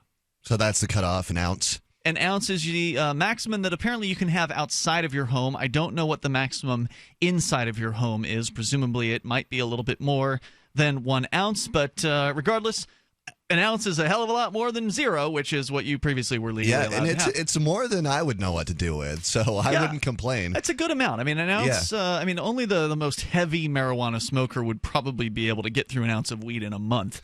And a lot of these places let you actually grow your own as well. Isn't that true? Yeah, I suspect Alaska is one of those places as well, but I haven't read the whatever the ballot proposal was that went through back in 2014. So if you're in Alaska and you want to kind of fill us in on what things are like up there, again, more of these marijuana facilities are scheduled to open their doors very soon, including 3 in Fairbanks. The one that we were reading about was in a different location, and people were coming from as far as 350 miles away just to visit this place because it was the first one. So kudos to them, and if you want to share your thoughts, you can join us here, 855-450-FREE. Now, one of the things I want to talk about here that is in relation to this story is how difficult it is for these folks to actually do business, like to do something as simple as have a bank account. It's harder than you might think to have a bank account as a marijuana business. So even though it's legal, many of the banks still don't want to do business with you. Well, because it's against the federal law. That's correct. And so we can talk about it's that. Risky. Which means that a lot of these folks should really consider Bitcoin acceptance, because then you're basically your own bank. We've talked a lot about Bitcoin here on Free Talk Live. And in fact, Roger Ver, who is also known as Bitcoin Jesus, he believes that the greatest threat to Bitcoin is actually coming from the inside, not government regulation, because you can't regulate Bitcoin. Government can't stop it. But it seems like it's being held back a bit by some in the Bitcoin community who don't want to see it grow. They're trying to stop the block size from increasing. That's a technical aspect of Bitcoin that has to do with how many transactions per minute that the Bitcoin network can handle. And so some people like Roger support the increased block size. They've gotten behind this brand new Bitcoin client called Bitcoin Unlimited.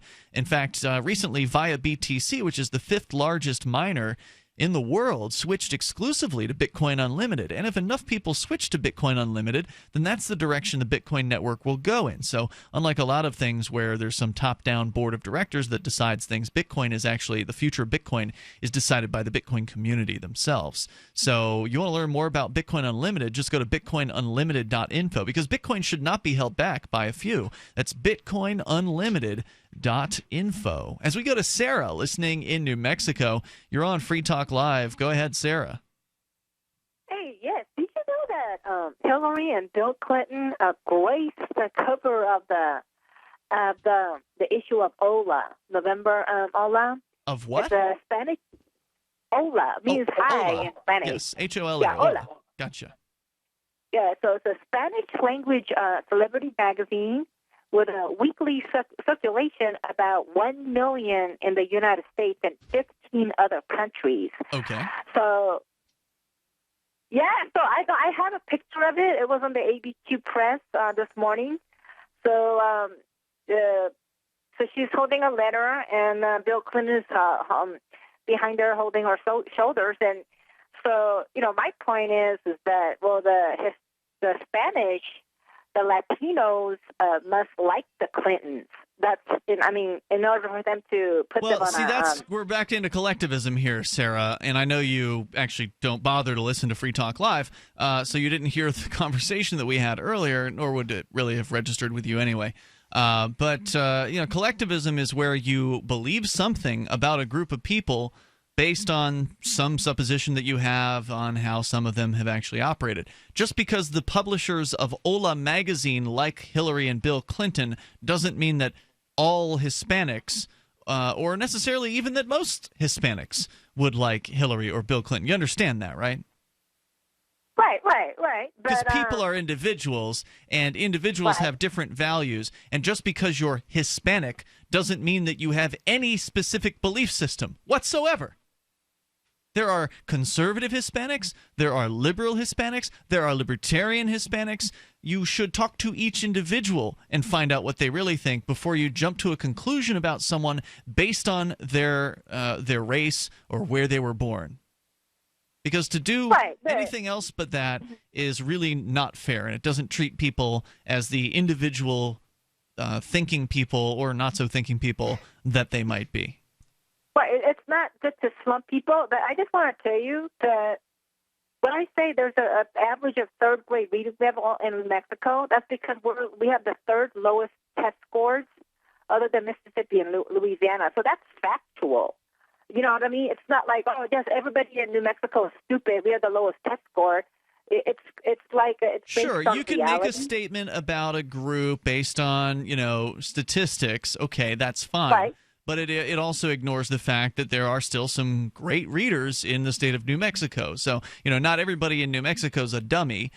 Maybe the average reading level isn't so great, but that doesn't necessarily speak to the individual's experience. Thanks for the call tonight, Sarah. The toll-free number is 855-450-FREE. That's 855-450-3733. There's a really interesting piece over at Bloomberg.com about something I knew was the case but hadn't really gotten details on, and that is how hard it is to run a marijuana business. A legal marijuana business from the business side of things. Because it's not hard to sell marijuana. That product sells itself. You put it on the shelf, the doors are open, people are going to come in and buy it, as long as it's not moldy and, in terrible shape or whatever. So here's a piece from Bloomberg, and I'll just share a portion of it with you because it's fairly lengthy. Punctuated by sharp intakes of breath, Max Simon repeated himself softly, trying to mask a deep frustration. We are a media company. We produce media, he says. Like many startup founders, the 34-year-old has a spiel right down to the enunciation and cadence. He gave his speech 9 times to 9 different bankers. 8 of the 9 rejected him. But it wasn't venture capital he was seeking. It was a checking account. Simon is the founder of Green Flower Media LLC, a production company in Ojai, California that sells educational videos about marijuana. Wow. With topics ranging from medicinal use to cannabis industry investing. He likens the platform to a cannabis-centric lynda.com, the online course a company owned by LinkedIn. Shortly after Green Flower sold its first batch of videos, Simon received an email from Chase Bank. The company's corporate account was being shut down. It took a series of meandering customer service calls for him to discover why. The account, he was told, was marked high risk because the company is part of the marijuana industry. For the next several months, Green Flower didn't even have a bank, placing it in a financial netherworld that can make life near impossible for any going concern. Simon was forced to withdraw money from a different business to ensure that his employees' checks didn't bounce. He said, "We have no relationship with the plant whatsoever. We don't even touch the plant." Simon was rejected by banks and credit unions of all sizes before finally being offered an account with a financial institution, which he declined to name so as not to draw additional scrutiny. Right. Asked why Simon's account was closed, a spokesperson for Chase Bank said only that, quote, "As a federally regulated institution, we follow federal laws," unquote. As America's cannabis industry joins the legitimate economy, its evolution is being handicapped by a lack of basic banking infrastructure, a fact directly tied to its uneven legality among the 50 states and the ever-present threat of criminal action by the tut-tutting federal government. Well, while logistical issues facing dispensaries are well known, obstacles to setting up most of the basics of commercial operations extend far afield, hobbling scores of vendors and service providers who could help the industry emerge from the shadows. This could get a lot messier as of next week. We'll talk about why that is here in moments. It's not easy to be in the cannabis legal business. If you're an illegal dealer, you got no problem. You don't have to ask anyone's permission to go into business. This is Free Talk Live. We'll tell you about it. Do you need a website for your blog or new business? It can be pretty intimidating on your own, and that's why Free Talk Live has partnered with HostGator, one of the top hosting companies. HostGator offers a simple, one-click, easy installation for WordPress, 24/7 over-the-phone or live chat tech support, and a very intuitive, user-friendly control panel that puts the power of creation back into your hands. Go to HostGator.com/FTL and you'll get 50% off of their regular hosting prices. 50% off. HostGator.com/FTL. Free Talk Live has partnered with Amazon, the largest internet retailer. Imagine a department store category, and Amazon has it. Books, electronics, office products, furniture, jewelry, automotive, toys, clothing, sporting goods, and dozens of other categories. Now you can shop and support Free Talk Live by entering Amazon through our website. Go to shop.freetalklive.com, and Amazon will send us a portion of your purchase. You're going to do the shopping anyway, so remember to enter through our site at shop.freetalklive.com. That's shop.freetalklive.com. You're fired. According to the Small Business Administration, 75% of small businesses plan to eliminate jobs or reduce workers' hours to part-time. You're fired. According to Gallup, the unemployment rate recently jumped to nearly 9%, and the underemployment rate hit a staggering 17.9%. You're fired. 1 out of 3 young adults and 1 out of 2 recent college graduates are underemployed. Hello, I'm Keith Abel, a pharmacist and a home business entrepreneur. In 2011, I became one of those statistics myself. Instead of looking for another job in corporate America, I joined Dr. Joel Wallach, the Dead Doctors Don't Lie guy. We're creating steady incomes for ourselves and would like to show you how to do the same. If you want to supplement your current income, replace your income, so you don't have to become one of the statistics, then give me a call toll-free at 866-257-3105, 866-257-3105. You're fired. Don't wait till you hear those words. Start creating an extra income today. 866-257-3105. Every once in a while, you get information that's worth changing your life for. This is one such time. You can save up to and beyond 25% on all purchases at Amazon. You probably heard of Bitcoin and just not thought much about it. You certainly know that you can get competitive pricing at Amazon, but now you can get a 25% discount on nearly everything you need to live. I've just given you a huge raise, and all you have to do is claim it. You go to saveitpurse.com and open an account. Do this right now. Don't wait. Then you fund the account with Bitcoin. I know this sounds unbelievable, but at my house, we saved as much as 45% off of a new item on Amazon. This information is worth you changing the way you do things. Go to saveitpurse.com right now, get signed up, and cash in on the huge raise I'm offering you. 15 to 25% off of everything at Amazon through saveitpurse.com. It's saveatpurse.com. Did you know you can watch Free Talk Live during our live shows 7 days a week from 7 to 10 p.m. Eastern via our studio cams at cam.freetalklive.com? Plus, you can chat with other listeners while you watch, all totally free. Now that our live video stream is hosted by YouTube, our video archives will be online even faster, so be sure to subscribe to our YouTube channel. Listen, watch, and chat all free at cam.freetalklive.com. That's cam.freetalklive.com.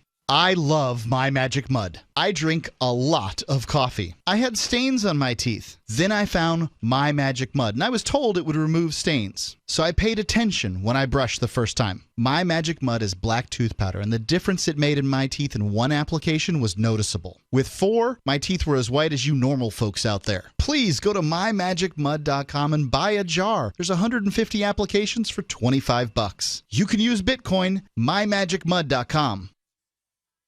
Do you love Twitter? Make sure you favorite the LRN.FM Twitter account so you can receive our tweets at twitter.lrn.fm. That's twitter.lrn.fm.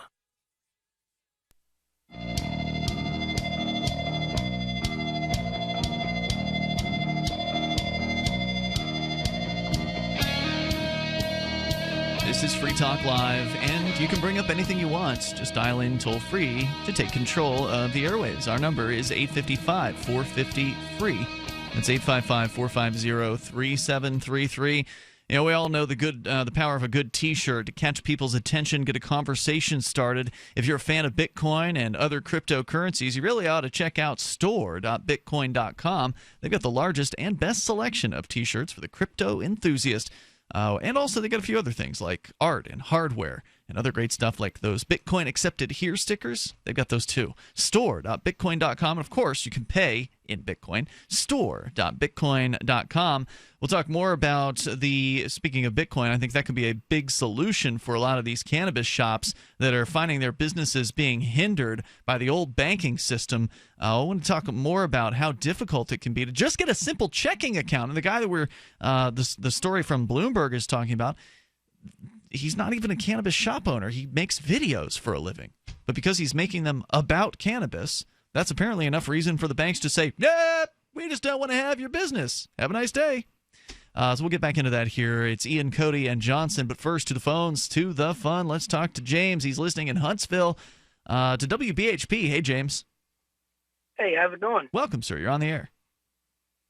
All right. I guess I wanted to talk about, I remember not so long ago you all were saying, trying to find an antonym for privilege, and you had mentioned disadvantage, and that you were saying that, you felt privilege was a bad word to use. So I was thinking that, if you say the antonym for privilege is disadvantage, then the antonym for disadvantage will be advantage. So white advantage. I think any word that you try to replace privilege with is going to be bad. I guess in the context of white privilege. I see and what of course you're saying. I can rattle off. Yeah, of course I can rattle off all the. I'm I guess a black male, and I guess I can rattle off all the experiences I had. We all have our experiences to a degree. I will say that I was arrested for breaking into my own car. They could not find a good enough charge, so of course it didn't stick. But wow. I personally, I haven't really. Maybe it's the way I talk. I don't know, but I haven't really experienced anything too bad besides that. So, and I live in Alabama, and I go into houses all the time, and I see all kinds of stuff. But Yeah, because I haven't a lot of people will tell you that just walking down the street, while black, will get comments or, weird stares, people crossing the street, to avoid you. You haven't noticed that in your experience in the South? Not in the South. Generally, everybody says that it's a lot nicer down here.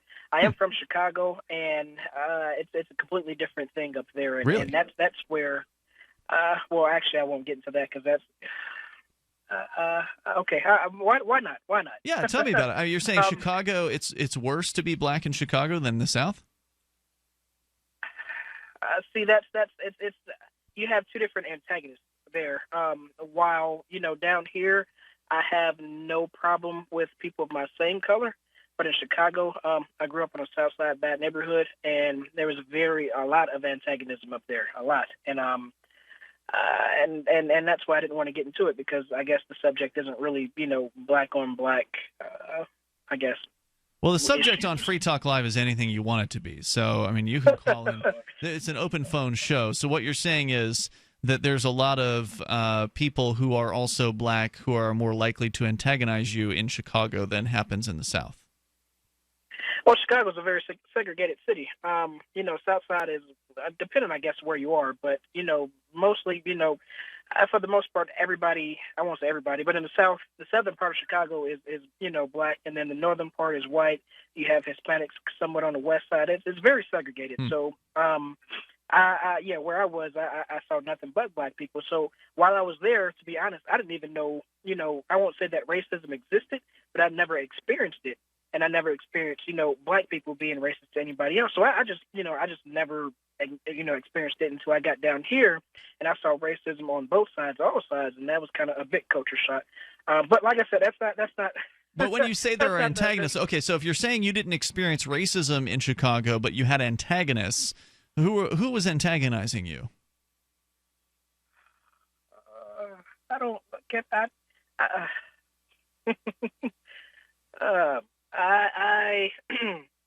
I was. It's a hard thing growing up as a black person, and I guess especially being like me, talking, I guess proper, being book smart. So you were antagonized because you're like a nerd, not let's say the jocks or whatever were pushing you around. Was it that kind of thing? Yeah, I guess you can say that. Okay. Have you been called an Uncle Tom? No, I have not. Okay. And I think that's kind of, funny because, I guess when people would describe me, I would think to, in Living Color when they had a skit about Uncle Tom's, and I was like, oh, I wonder if that's what they think. But I guess nobody's ever said it to my face, but but yeah, that's going across my mind All right. at least once. Well, James, thanks for calling to share your experience tonight. Was there anything else you wanted to get out there? No, that's it. Thank you. Thanks for the call. I do appreciate it. The toll-free number, if you want to join us here, 855-450-FREE. That's 855-450-3733. Let's go to Thistle, listening in California. You're on Free Talk Live. Hello, Thistle.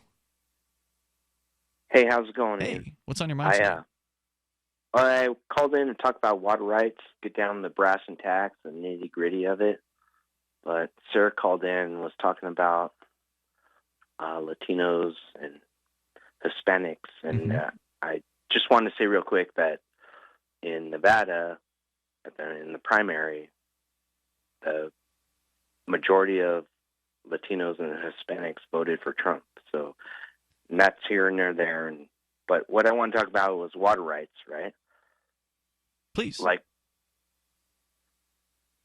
I have not only a right to drink water, it's if I don't, I'm going to die. But because I have that right, it doesn't give the government the right to give it to me, right? Like, governments don't have rights because they're criminal organizations. But if you have a right to water, that sort of presupposes the idea that you would have access to anyone's water. Is that what you're saying? Meaning that you would have a right to come and drink water from my well? I don't have the right to walk into Walmart and grab a bottle of water because I have a right to drink water. Okay. What does it mean then? I have to inquire my own water. But if I inquire my own water and I have a jug of water in front of me and some goon comes with a badge and a hat that says, "You cannot drink that water." Yes. You know what I mean? Correct. You have the right to you should have the right to your own property, whether that be water, whether that be marijuana, whether that be, whatever it is that you have. I think we would easily argue that you should have the ability to collect rain too. Yeah, absolutely. Anything that can be taken away would not be a right, it would be a privilege. That's true as well. Well, I said should because I am including all property in that, and some of those things are illegal, right? So marijuana in a lot of places is not legal to possess, but you should have the right. As a human being who has a thing that you have justly acquired, you should have the ability to use that in whatever way that you want, whether it's pouring the water down your throat, pouring it all over yourself because you're hot, or, boiling it because you want to. You should be able to do as you please with your own property. So what we're really talking about here is the idea of property rights. The property right to water is generally respected by governments, although, Johnson, you gave the example of where they're not respecting it, which is there are some governments that prohibit the collection of rainwater. So all of these things should be legal. I don't know. I was just thinking, I'm sitting here distracted because you said pour the water all over yourself because you're hot, and I'm thinking of white T-shirts and Hopefully you weren't thinking about me. Slow motion, photography, that kind of thing. Like just shaking your hair back and forth. You weren't thinking about me doing these things. Absolutely, I grew up. Okay. Yes, absolutely. Go ahead, Thistle. I grew up in Southern California, and as a young kid, I'm older now, but as a young man, I worked at a place called Clean Jeans Buggy Shop in Glamis, California. And illegal aliens would come that had walked all the way across the border, and they were dying for water, and he would deny them water. That's terrible. Yeah, I'm not saying that's right or nothing. I'm not. Yeah. If it was me, I wasn't there when it happened. I heard of it. Wow. And that's the nice thing about water is it's plentiful and it's cheap, so it's not hard to give it away to people and help people in need. Hey, thanks, Thistle, for your call tonight. I appreciate it. Our toll-free number is 855-450-FREE. That's 855-450-3733. And it shouldn't be hard to get a checking account, but apparently if you have any kind of business that in any way relates to marijuana, whether or not you're actually selling the plant itself, it's super difficult to get something as simple as a checking account. We'll continue with that, and you can share your thoughts, plus a self-help story that Johnson has. It's Free Talk Live. For Bitcoin to be ubiquitous, people need to use it. For people to use it, they must have it. How can we get Bitcoin into more hands? Well, tipping might be a great way. What if you could include a bonus Bitcoin tip along with your regular tip to a server? What if that Bitcoin returned to you if unclaimed after 30 days? An attractive business card-sized Bitcoin tip that is easily claimed, gives instructions on wallets, spending, and return to the user if unused. Tip.freetalklive.com. Tip.freetalklive.com. You want disruption? You got disruption. Cell 411, the world's most disruptive and empowering app, knows you want ride sharing with payment options for cash, Bitcoin, silver and barter, as well as credit cards. And they know you want more than promises. Cell 411 delivers. The same great emergency management app, now with ride sharing. Freedom to travel is a right. You don't need big business telling you how to do it and taking fees. Go to the App Store now and download Cell 411 and get riding.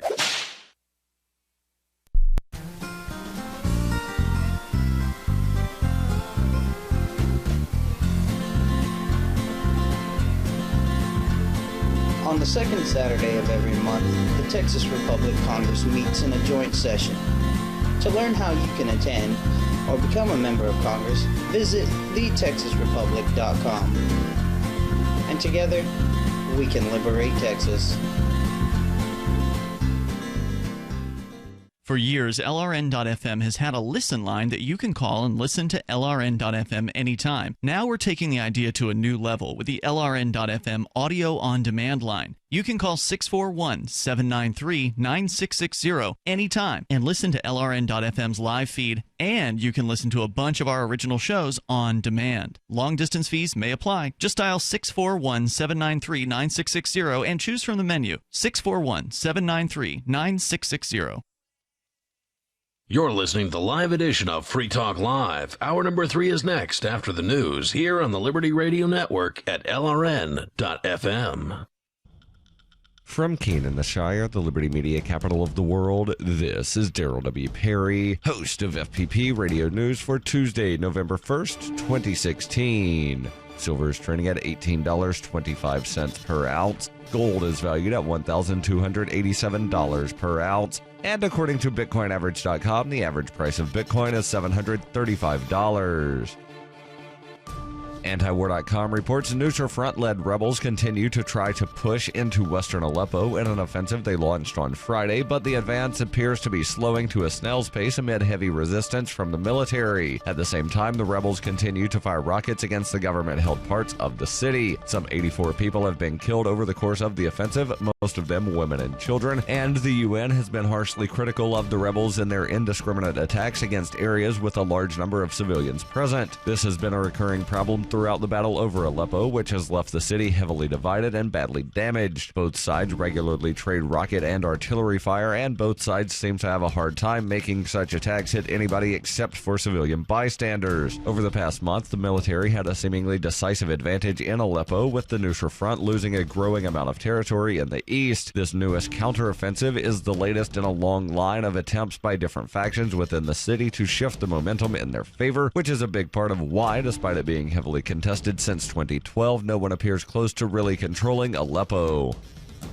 For nearly 40 years, Roberts & Roberts Brokerage has been a trusted source for buying and selling precious metals like gold and silver. They also take Bitcoin for precious metal purchases and have permanently removed the minimum purchase amount for all orders paid in the digital currency. Call Roberts & Roberts today for knowledgeable advice on buying and selling precious metals and a forward-thinking approach to new technologies. 800-874-9760 or visit online at rrbi.co. UPI reports at least 7 people were hurt and 10 acres were lit afire Monday after a gas pipeline exploded in central Alabama just south of Birmingham. A petroleum gas line owned by Colonial Pipeline exploded in Shelby County while a crew was performing maintenance, sending at least 7 but possibly as many as 12 workers to area hospitals. Officials said 2 workers may also be missing. Colonial Pipeline shut down its main lines in Shelby County. The company operates 2, one of which leaked about 300,000 gallons of gas last month, and is working with emergency officials to control the fire. Shelby County Sheriff's Major Ken Birchfield said the fire will not be out anytime soon, though officials noted that aside from 2 homes that were evacuated about half a mile from the explosion site, the fire did not appear to pose danger to homes or residents. Subcontractors for Colonial were preparing to flush one of the gas lines and had just started to dig when the pipe exploded. FPP Radio News is brought to you by Bitcoin Not Bombs. Bitcoin Not Bombs is a launching pad for nonprofits and social entrepreneurs into the financial freedom of the Bitcoin economy. Bitcoin Not Bombs offers premium publicity campaigns designed to facilitate an organization's adoption of Bitcoin as a payment system and to fully capitalize on that decision in their fundraising efforts. Bitcoin Not Bombs is fully committed to being the hub of the nonprofit sector of the Bitcoin economy, maximizing the potential cross-promotion of all our clients and commercial partners. To learn more, visit bitcoinnotbombs.com. Reuters reports thousands of supporters of a Native American tribe and environmental activists fighting construction of an oil pipeline in North Dakota turned to social media on Monday in a bid to confuse police, whom they believe were using it to track the protesters. More than 4,600 people used Facebook's location tagging feature to check in on Monday afternoon at the Standing Rock Indian Reservation near the site of a $3.8 billion Dakota Access Pipeline, vastly boosting the numbers actually there. The local sheriff's department, however, denied it is using social media to keep tabs on demonstrators and said the online actions by the supporters of the protesters were unnecessary. Danelle Presky, spokeswoman for the Morton County Sheriff's Department, said in an email the Morton County Sheriff's Department is not and does not follow the Facebook check-ins for the protest camp or any location. This claim/rumor is completely false. The vast majority of new check-ins at the site in rural southwestern North Dakota appear to have been made remotely. Ironically, using social media from the protest camp is hard due to poor cell phone reception. To get a signal, people walk up a small mound that has been dubbed Facebook Hill. Variations on the term check-in at Standing Rock were among the most popular searches on Facebook on Monday afternoon, with more than 10,000 people talking about it. McCaskey Camp Horinek, a protest leader from Bold, Oklahoma, said he did not know who started the online movement, but he welcomed it. This has been FPP Radio News, online at fppradio.com. Following the news this week that recording artist and industry magnate Bob Dylan would be laying off 2,000 workers from his Muscatine, Iowa songwriting factory in an effort to streamline his music-making operations, The Onion spoke with veteran factory worker Travis Felton, who received a pink slip earlier today. I've been working on the lyric assembly line for 25 years now. Punch in each and every morning, make sure the words are complex and poetic. And yesterday, the foreman calls me into his office to tell me that the company is reducing headcount. They're giving the whole rhyming section the boot. What Mr. Dillon and the other suits don't understand is that here in Muscatine, songwriting is all we have. And we've been doing the best damn Dylan songs in the world for over 50 years, and now they're trying to take that away from us. I don't know what I'm supposed to do next. Well, I guess I could see if they're hiring over at the Tom Petty factory in Hurstville. Lord knows I hoped it'd never come to that. This is the Onion News Network.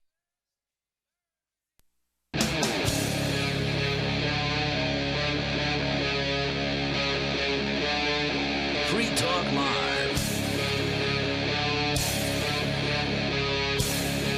This is Free Talk Live. We're launching into the third hour of the program. Of course, you can take control of the airwaves. You can bring up anything you want. Joining you in the studio tonight, you've got Ian, Cody, and Johnson. We've got Skype. Skype in here at Skype username LRN.FM or call toll free at 855-450-FREE.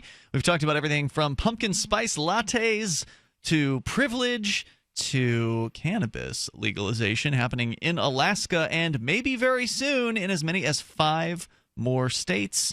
As of next week, with the election coming up in 1 week from today. As a matter of fact, we'll finally be able to celebrate the end of this horrifying election season. Thank God. On this very show next week. So we're going to go back to your calls and thoughts, and then a little bit more about how difficult it can be to actually open something as simple as a checking account if you're even remotely associated with the cannabis industry. But first, we go to Michael listening in Lake Isabella. Michael, you're on Free Talk Live. Good, guys. Yes, thank you very much. Speaking to another libertarian here, first of all, I see no reason why the government's got anything more to say about marijuana me growing in my yard than they do if I plant some squash and some radishes back there. Yep, I agree. None of the damn business and nothing I know you gentlemen do. Second, I'm not against the decriminalization and legalization of it, but I don't think we're going to like to see the commercialization of it, though. We're going to go the way of Marlboro and Salem, and it's going to get seedy and nasty and harder and harder.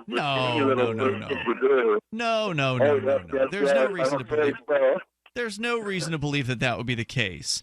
There's even in the black market for marijuana, there's a high demand for good quality product. People are willing to pay in the black market, as much as $400 an ounce for product that doesn't have seeds in it, for the high-end chronic or whatever you call it. There's different terms. Up here they call it headies in New Hampshire. Do they call it headies out in Maine? I've heard that, yeah. Yeah. In Florida it was called chronic. So there's different names for this. But ultimately, that's what is the most demanded, I think, of all of the various products out there. And that's not going to change just because the product becomes legal. In fact, in my opinion, it'll make it less likely that you will find the seedy, crappy ditchweed that you're describing. The ditchweed exists because, basically in the marijuana industry, they're moving product, they're moving it illegally.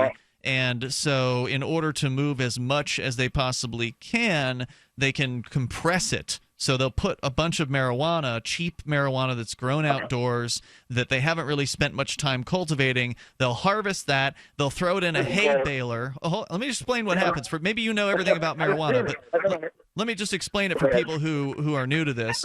They'll throw it in a hay baler, and they'll, crunch it down and compress it. And that makes already crappy marijuana even worse because now it's pressed and it's ugly and it's, not as attractive to look at. Those are aspects of the black market trade more so than really anything else. In the marketplace, people want fluffy marijuana. They want pretty marijuana. They want good marijuana that's not moldy, that's not seedy. I mean, just because you think that Marlboro or whoever is going to take over, or Philip Morris might take over production, I don't think necessarily means that the product will become junk.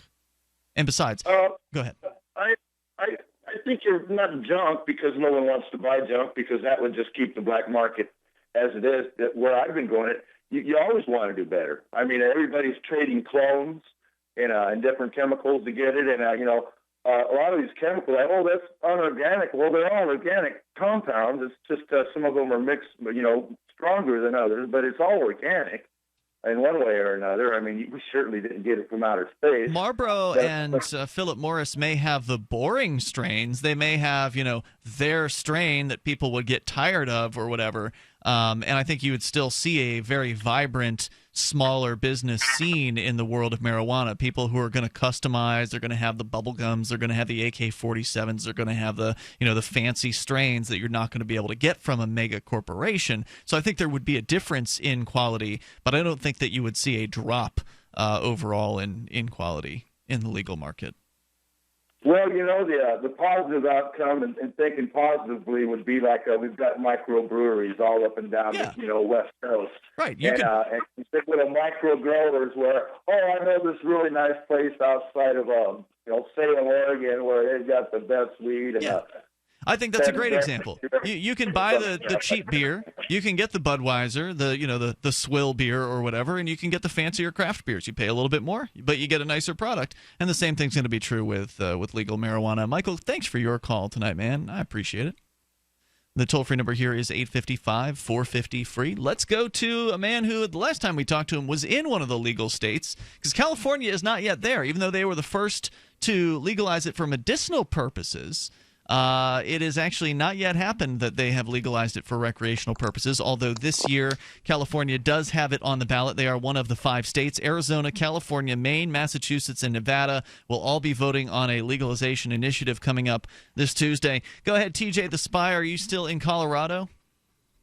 I am indeed, sir. All right. Now, has the quality of marijuana available in Colorado gone down in any way, shape, or form since legalization? No, far from it. In fact, you go into some of these pot shops, it's amazing to see what the free market can do when you have creativity and freedom. So you not only have 50 strains of bud so. The thing is, there's always going to be price preference and quality preference in a market. So some people might like $2 Chuck, whereas other people might like a $100 bottle of Merlot. And so it depends on your preference and what you think is worth it. So they do have very expensive marijuana out here. But when I go in, I love to see all the different, like they have cookies and chocolates and candies and soda. And now I just saw something brand new I'd never seen before, transdermal patches. So if you want to take a slow dose of a cannabinoid over a slow period of time, you just slap one of those on. And have you tried it? This. Have you tried it yet? I have not, but I'm getting ready to, because they actually have them separated now. So for those of you who don't know much about cannabis, most people take cannabinoids or marijuana for the THC, tetrahydrocannabinol delta 9, which gives you that psychedelic, really good high feeling. But there's also like CBD, which is cannabidiol, which is a very good neuroleptic. People who have very bad seizures, they can smoke a strain of marijuana that has CBD but no THC. So it won't get you high, but it'll control your epilepsy. And so they've done that out here now. You have transdermal patches. It'll actually say on the label 100% CBD, 100% CBDA, 100% THC, 100%. So like you can actually get the different strains of or the different molecules or isomers of cannabinoids. You actually know what you're getting, unlike the black marketplace where you just kind of have to hope the dealer knows what he's talking about. And that's one of the things. It's out by Colorado state law. Everything has to be tested. So there's a huge demand for whether there was a law or not, it would still be in demand to people know what the things are. What were you going to say, Johnson? I was just having a random thought in my head here with you know how they have the bulletproof coffee with the MCT oil. I've heard about it, yeah. Right, you know, like you get the MCT oil. I was wondering if you could have coffee, right? You know, the high caffeine content with CBD oil in it. Oh, I bet you could. And then it would be coffee that would be, you know, you would not be so jittery. Have you seen anything like that, maybe. TJ? Cannabis coffee? You know, I may have just dropped $1 million idea here on Free Talk Live. So, you know, like this is a struggle for freedom in stages. So right now you can buy it, but you just can't consume it in public or a restaurant. So it's kind of like the no smoking ban where, you know, it's the government has come in and said you may not do that. Now, right now, most people are just happy enough to have it legalized. Sure. I can tell you I consume it in public. It's a violation of a city ordinance. Nice. I could probably get a ticket.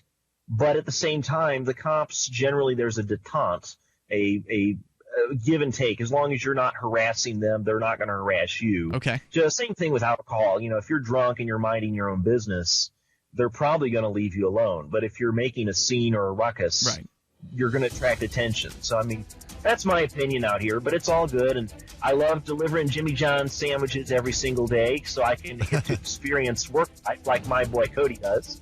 How's work at CVS? Not too bad. All right, TJ, thanks for the call tonight, man. I appreciate hearing from you. Thanks for the Colorado update. Our toll-free number here is 855-450-FREE. You can join us and take control of the airwaves. This is Free Talk Live. The Blockchain Education Network has had a busy fall semester introducing, educating, and giving away Bitcoin. The initiative believes wholeheartedly that students should understand cryptocurrency and blockchain technology. Now the organization is ramping up its efforts to educate the academic masses, offering a bounty to students who help build a syllabus. The Blockchain Education Network has set aside a total of 4 Bitcoin to divide between students who add content. To learn more, go to news.bitcoin.com. That's news.bitcoin.com. You've said it yourself. We need a healthcare system that focuses on health, not sickness. Health insurance pays for treating sickness but gives you nothing for being healthy. There's a free market healthcare company that gives you freedom from health insurance. They give you a proactive health assessment daily, no charge 24-hour access to doctors. Check them out right now at healthexcellenceselect.com. Any kind of doctor, traditional, integrative, chiropractic, acupuncture, and massage. You'll love the service and price. healthexcellenceselect.com. healthexcellenceselect.com. Have you checked your Google search results lately? Search results are usually the first impression that people form of you or your business. So make sure that they create a positive impression with ReputationDefender.com. What the internet says about you can have a big impact on your life and your livelihood, even if it's not true. Fortunately, you can now control how you look online and in online search results with ReputationDefender.com. Call 800-831-0771 now. That's 800-831-0771 for your free Reputation reputation analysis. If you have negative material from an ex-employee, upset patient, or former client, newspaper article, legal issue, social media, or other source showing up in your search results, you can combat it with ReputationDefender.com. Our dedicated experts in patented technology can help make your online search results look their best. Call 800-831-0771 to learn more. 800-831-0771. That's 800-831-0771. Or visit ReputationDefender.com. Money, power, and respect are all yours at CreditSuccessSecretsRevealed.com. Be seen as an industry leader. You can do it. The last application you filled out when it was time to hit submit did your nerves spike. You didn't get the approval you seek, but there's a better way. We teach you exactly what to place into the right systems the right way the first time so you get approved. Get up to $100,000 in instant business credit. Many people will get cash on the spot.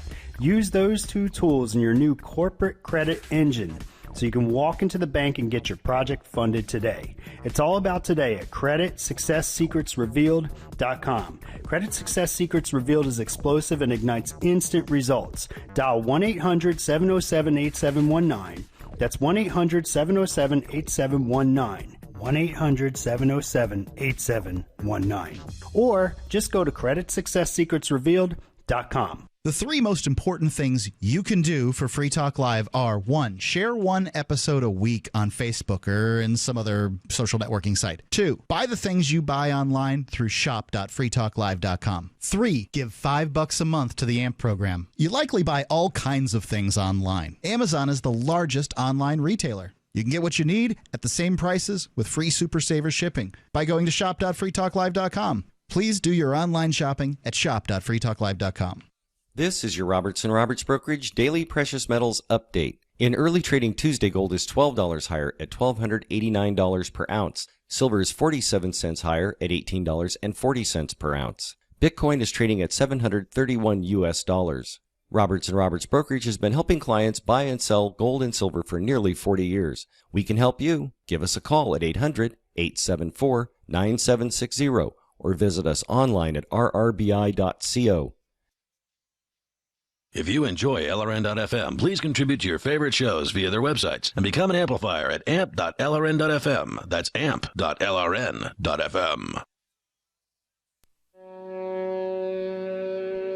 This is Free Talk Live, and you can join us here. Our toll-free number is 855-450-FREE. Skype username is LRN.FM. If you had but one day to teach someone about economics, what would you tell them? Well, if you don't have an answer, that's okay, because for over 70 years, the Foundation for Economic Education has been providing free resources to teachers and students. Their newest course is Economics in One Day, and it'll give you a breadth and depth of knowledge on how economics works that you'll be able to teach to others. Fee gives you tools for that as well. Take Economics in One Day now for free at fee.org/FTL and learn key economics concepts, the inspiring vision that the market economy brings, and the challenges that government solutions face. Start today at no charge at fee.org/FTL. That's fee.org/FTL, and learn why entrepreneurship matters. And you know, entrepreneurship is a great thing if you're free to actually innovate. If you're free to actually start the business that you want to start, and there aren't roadblocks put up all over the place, not just whether or not the business is legal, as we've been discussing with the marijuana laws that may be passing in the next week on 5 different state ballots coming up on this coming Tuesday. But also, as we've seen here with the story that we just started over at Bloomberg.com, and I'll share a little bit more of it here because it's way too long to actually read the whole thing, but it's fascinating about how hard it is for cannabis businesses in the states where it's legal to actually get something as simple as a checking account. The story here from Bloomberg talks about how it could get a lot harder or a lot messier for the industry next week when, on November 8th, Arkansas, Florida, North Dakota, and Montana will ask voters to decide whether they should join in some fashion D.C. and the 24 states where cannabis is legal for medicinal use. So it sounds like Florida's going to be voting on it again. It didn't pass last time around, but maybe they'll make it work this time. Arizona, California, Maine, Massachusetts, and Nevada will vote on whether to join the 4 states and the nation's capital where marijuana is allowed for recreational use by adults. If just California voted yes, and its 39 million residents suddenly found themselves able to purchase marijuana freely, the size of the industry could triple to $18 billion. Now, again, we're talking about the legal industry here. We already know it's worth billions in the black market. Forcing regulators and banks to reevaluate their institutional trepidation. From video companies such as Green Flower to marketing outfits to makers of plastic and paper packaging, once the banks get wind that you're part of the $6 billion plus legal marijuana industry, the doors often slam shut. In Cleveland, Patrick McManaman got the bad news when his wife's debit card was declined at Target. PNC Financial Services had booted him from his personal account, his corporate account, and the 70-year-old account of a related family business simply because it had his name on it, which is familiar to me. I've had bank accounts closed on me because I do business with Bitcoin. And they don't like that either. In 2010, he founded Cannassure Insurance Services, LLC, an insurance business specializing in policies for the cannabis industry. They, too, do not deal with actual pot plants. In fact, recreational marijuana is illegal in Ohio, where he lives. McManaman tried to find another bank. It wasn't easy. He said, I had to make payroll, so I opened a bank account and just told them I was in the insurance space. After about a year, they figured out what we were doing and canceled his accounts. He moved on then to a small regional bank where he lasted for 9 months until they dropped him. The next bank took his business for just 6 months. By his 5th bank, McManaman realized he'd have to get a little sneaky. He said, we started to notice that the banks were asking the question, are you doing any cannabis-related work? If they ask, we're not going to lie, he said. So he created another holding company with an innocuous name, and he declined to disclose it or the bank. As backup, McManaman also keeps as much as $20,000 on hand at 2 other banks that he can tap in an emergency. He says it's an enormous amount of stress, not being able to make payroll, not being able to make rent because you don't have access to a checking account. It's something that we shouldn't have to worry about. PNC Bank says, by the way, that it avoids cannabis industry-related accounts and declines further comment. In 2012, Colorado and Washington became the first states to legalize the sale of recreational cannabis. Faced with creating a new infrastructure to regulate heavily taxed vice industry, things move slowly. A year later, the Justice Department handed down what's called the Cole Memorandum, named for its author, Deputy U.S. Attorney General James M. Cole, which laid out the ground rules as far as the federal government was concerned. The memo bars, among other things, distribution of recreational cannabis to minors, shipping across state lines, and possession of cannabis on federal property. The task of determining how to handle the money earned by this newly legalized industry fell to the Treasury Department's FinCEN, the Financial Crimes Enforcement Network, which issued guidelines in 2014 that said, in part, quote, thorough customer due diligence is a critical aspect of making this risk assessment. Ultimately, though, FinCEN left it up to the banks to decide whether the risk was worth the reward, and it didn't differentiate between companies that physically handle marijuana and those that have no direct connection to the physical plant. Since that guidance was issued, just 301 banks have chosen to serve the cannabis industry. That is less than 3% of the nation's 11,954 federally regulated banks and credit unions. So 3% of banks are willing to do any business with the cannabis industry. The U.S. government's role in regulating banks has made it difficult for cannabis companies to even rent office space. Washington State pot edibles company Botanica Seattle found that landlords who carried a mortgage from a national bank were leery of even renting to them. Throw in zoning laws regulating where a company can operate, and it took Chris Abbott, the company's co-founder, about 6 months just to find a space to hang his hat. Even Simon's Green Flower, the media company we were talking about before, which has no dealings with physical pot plants, they couldn't even get a lease. He says we tried to explain this to them in a way that they can then get over it, but often to no avail. Companies in the cannabis industry are at a disadvantage because as a Schedule I drug under federal law, marijuana cannot be bought with a credit card, and dispensaries can't have their own corporate cards. Often ancillary businesses, such as the dispensary's vendors or non-marijuana suppliers, they don't have access to banks or credit cards either. Agents working on behalf of the media company Green Flower reached out to some 40 credit card middlemen, which operate as a gateway between companies and credit card providers, before one agreed to work with them, though with very costly conditions. Green Flower pays $100 in monthly fees, as well as 4.95% plus 25 cents on every credit card transaction it accepts. Now, if you think about that compared to your typical credit card agreement, if you just sign up brand new with Stripe or Right. Square, for instance, these credit card transaction companies that'll do business with anyone who walks through their door, you're not going to pay more than 2.9% per transaction. Just for your standard business, whatever your business is, unless you're related to the marijuana industry, then it's 4.95%.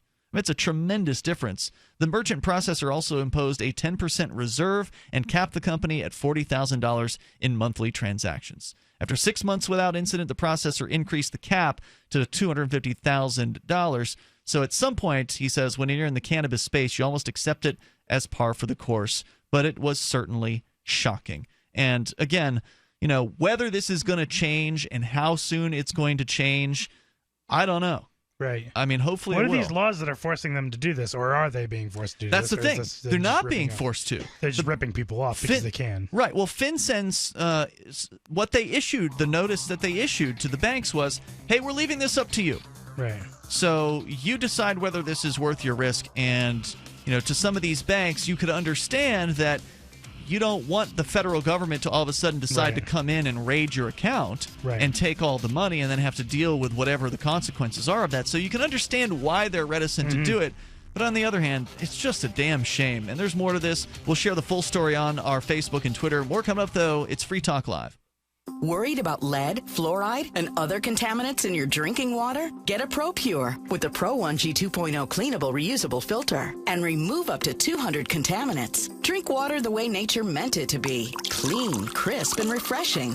See the complete line of ProPure products, including the new ProMax shower filter. There's a ProPure for you. Visit your authorized ProPure dealer for details or ProPureUSA.com. That's ProPureUSA.com.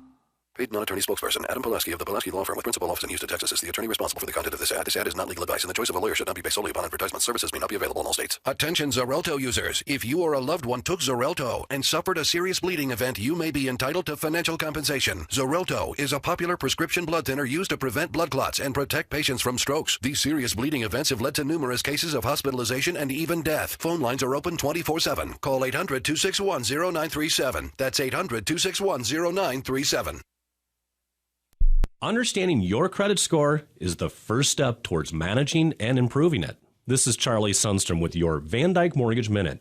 The most influential component of your credit score is your payment history. Almost equally as important is the amount you owe on credit accounts. Also impacting your score, but to a lesser degree, are the length of time you've utilized your credit, the number of new accounts, credit inquiries, and your various types of credit accounts. To help achieve or maintain a healthy credit score, have a system set up to assure your bills are always paid on time. Don't max out your cards. It's better to have a high credit limit with a low balance. Never close old accounts. The age of these can actually help your credit score. But don't be afraid to use your credit. You need several accounts in order to have a credit score. Just keep the corresponding payments within your means. For your mortgage pre-approval and refi needs, start by visiting VanDykeMortgage.com. Corporate NMLS 3035. Van Dyke Mortgage is an equal housing lender. Charlie Sundstrom, NMLS 134251. Ross Ulbricht was convicted in early 2015 of running the infamous Silk Road Underground Market. The Silk Road was a gift to humanity and helped reduce the harms brought on by drug prohibition. For this good deed, Ross has been sentenced to life in prison with no possibility of parole. Now, an appeal is Ross's only chance, and he needs your support. Please visit freeross.org, where you can contribute via various methods, including Bitcoin. Visit freeross.org. That's freeross.org.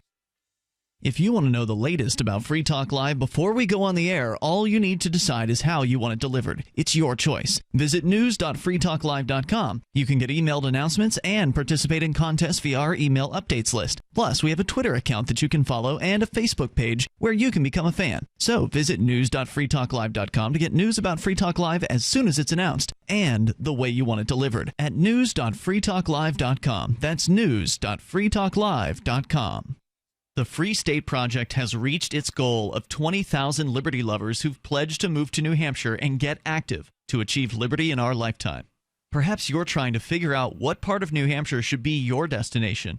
If so, consider Keene. You'll find more than 150 reasons to move to Keene at move.freekeene.com. Keene is famous for its historic, publicity-generating activism, as well as being the liberty media capital of the world. It's home to freekeene.com, New Hampshire's destination for liberty activism, news, and opinion. For years, we've been compiling over 150 reasons to move to Keene at move.freekeene.com, where you'll learn about some of what's happening here and what makes Keene a great place to live. If you love liberty, you'll probably enjoy anywhere you end up in the Shire. But do your due diligence first. Please visit move.freekeene.com for the full list of over 150 reasons to move to Keene. That's move.freekeene.com. You can put the Liberty Radio Network on the air in your area. Visit broadcast.lrn.fm to learn how. Broadcast.lrn.fm.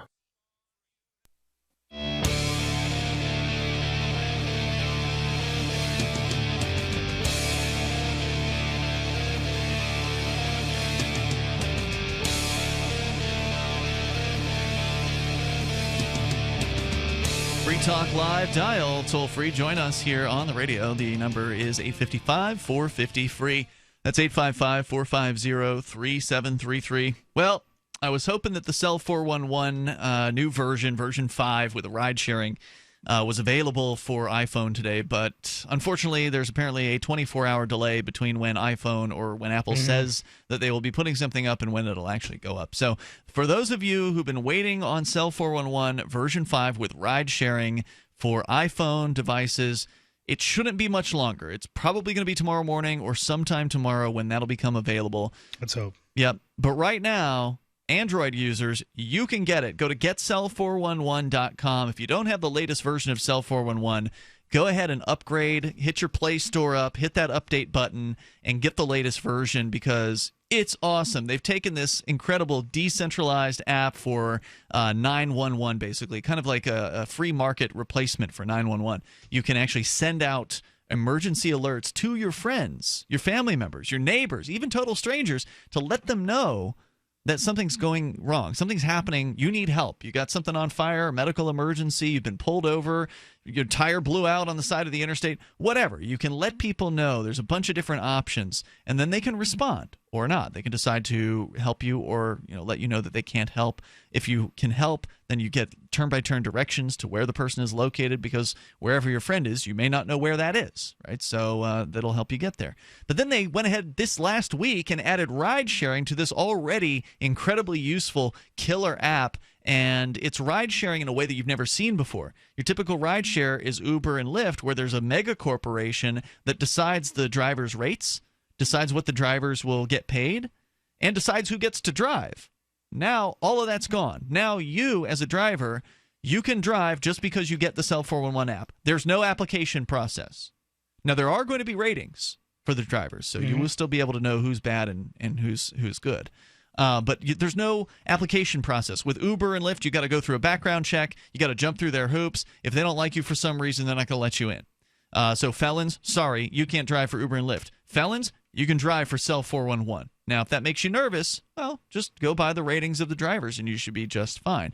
This is an unregulated marketplace. There might be some risks involved, but it also means you get the freedom to set your own rates as a driver. You get to decide what to charge, which means you're competing with the other drivers on Cell 411 for rate. So technically, that should drive rates down as Cell 411 becomes more popular. And Virgil Vaduva posted on the Cell 411 users group today on Facebook that he's been overwhelmed by the number of messages he's been getting by people who have been bewildered by the fact that there is no application process for this. Right. They're like, okay, how do I sign up to be a driver for Cell 411 is what they'll ask him. And he'll say, you don't. You just download the app. Right. And they just cannot understand. They cannot believe that that would be the case because it really is that easy.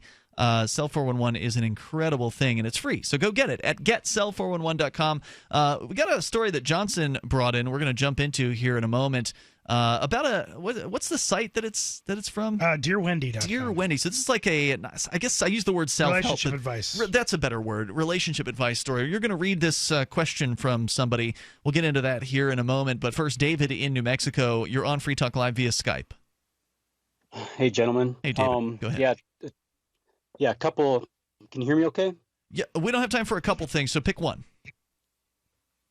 Oh, okay. Well, I'll just save the legal stuff, the rights stuff, for another time. And since I can't have two thoughts in my head, I can only have one. I tune into your show in the middle of it and listen to it and give you a call if I want to discuss something. And then after you guys are done and at happy hour, I keep listening to you. And point of trivia, and since it kind of ties into talking about quasi-illicit drugs anyway, somebody yesterday made a Breaking Bad reference, and I happen to be in Breaking Bad. Really? I'm the pilot. Yeah. No way. Way. You can see me. Just put it in your DVD player in the very first episode, when in Walt's living room when he's having a party, and we're all toasting him. I'm there. There's two guys in the room with a bald head. Hank, Dean Norris, the DEA agent, and me, because I was his stand-in, so I shaved my head. Really? Anyway, yeah, really. Cool. You are so lucky. I am very jealous. All right, so go ahead. What were you calling about? Not that, I presume. No, that was just a point of trivia, because I try to enjoy my life, and so when there's fun stuff comes up, I try not to let it pass. But anyways, so I'll go on to that. But yeah, it was a cool crew. And it was a lot of fun, and it was right in the middle of it with those guys for day after day after day. So it was pretty cool. We can talk about it more some other time. But anyway, rights. I thought I'd try another approach. Doesn't sound like Mark is there, so let me just say.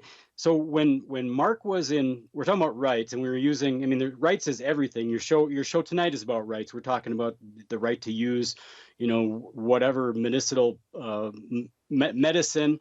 Plant, whatever, it's your right. It's an episode about rights. So we were using water, to try to keep it narrow, keep it simple, and it became more complicated than what you would think water would be. But then I guess, like they say out here in the West, whiskey's for drinking and water's for fighting, and so that's kind of what it turned into. But so here's a fun little analogy. So when Mark was in prison. Did we have to give him water? Did he have a right to get water? Did we have to give that to him, or could we have just locked him in a cell and not given him any water? Well, the state has an obligation to keep its prisoners alive. So I don't know if you would call that a right. You're their ward essentially, and they have to keep you alive, ideally until you're released, unless something unusual occurs, and they can't. You don't have a right to water. You have a right to life.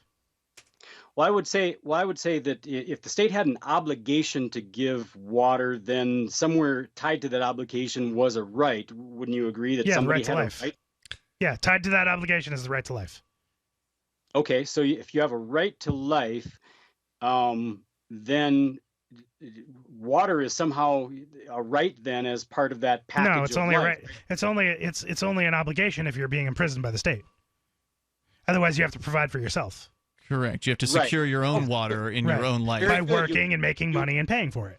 Or asking. You can also ask. You can also ask, and people would give it to you voluntarily if they so choose.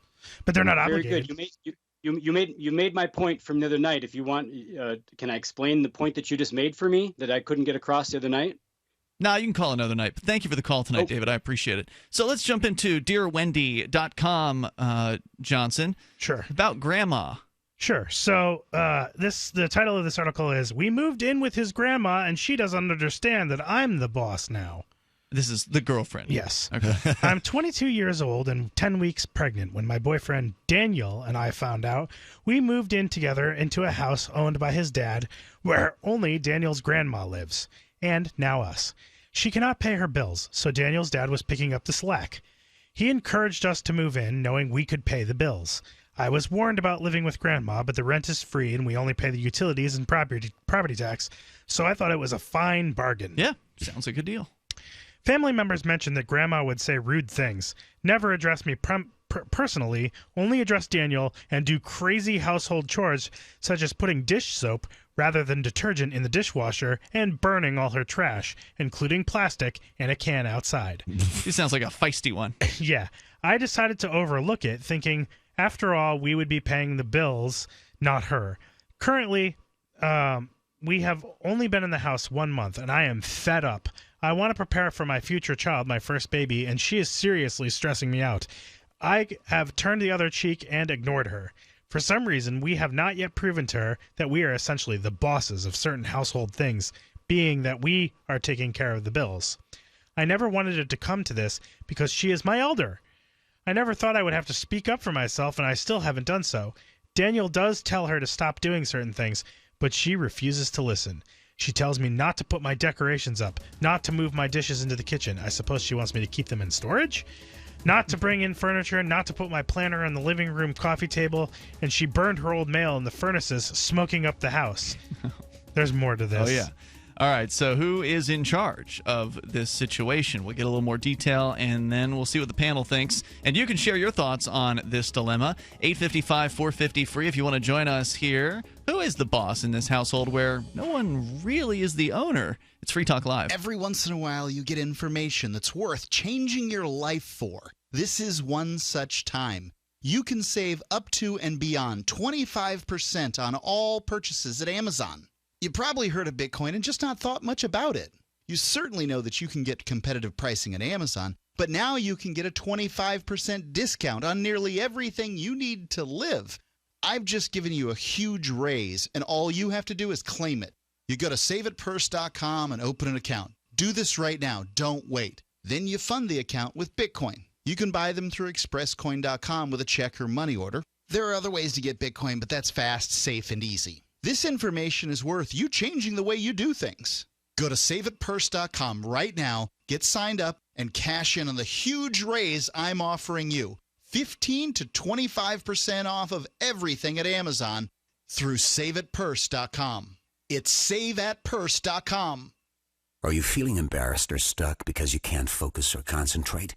I have a confession to make. I spent years unable to think clearly, like I was in a fog.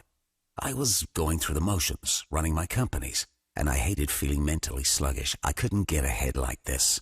It's no secret. The powers that be want us dumbed down. Chemicals, fluoride. Our brains are under siege, and we are experiencing lower IQs. But now there is a weapon to fight back and win. Introducing DNA Evolve, a revolutionary breakthrough in a category of cognitive enhancers called nootropics. I've been using DNA Evolve and couldn't feel better. For me, it works. It feels great to get things done again and get ahead. Try a free sample for yourself at DNAEvolvesample.com. That's DNAEvolvesample.com. Supplies are limited, so go to DNAEvolvesample.com right now.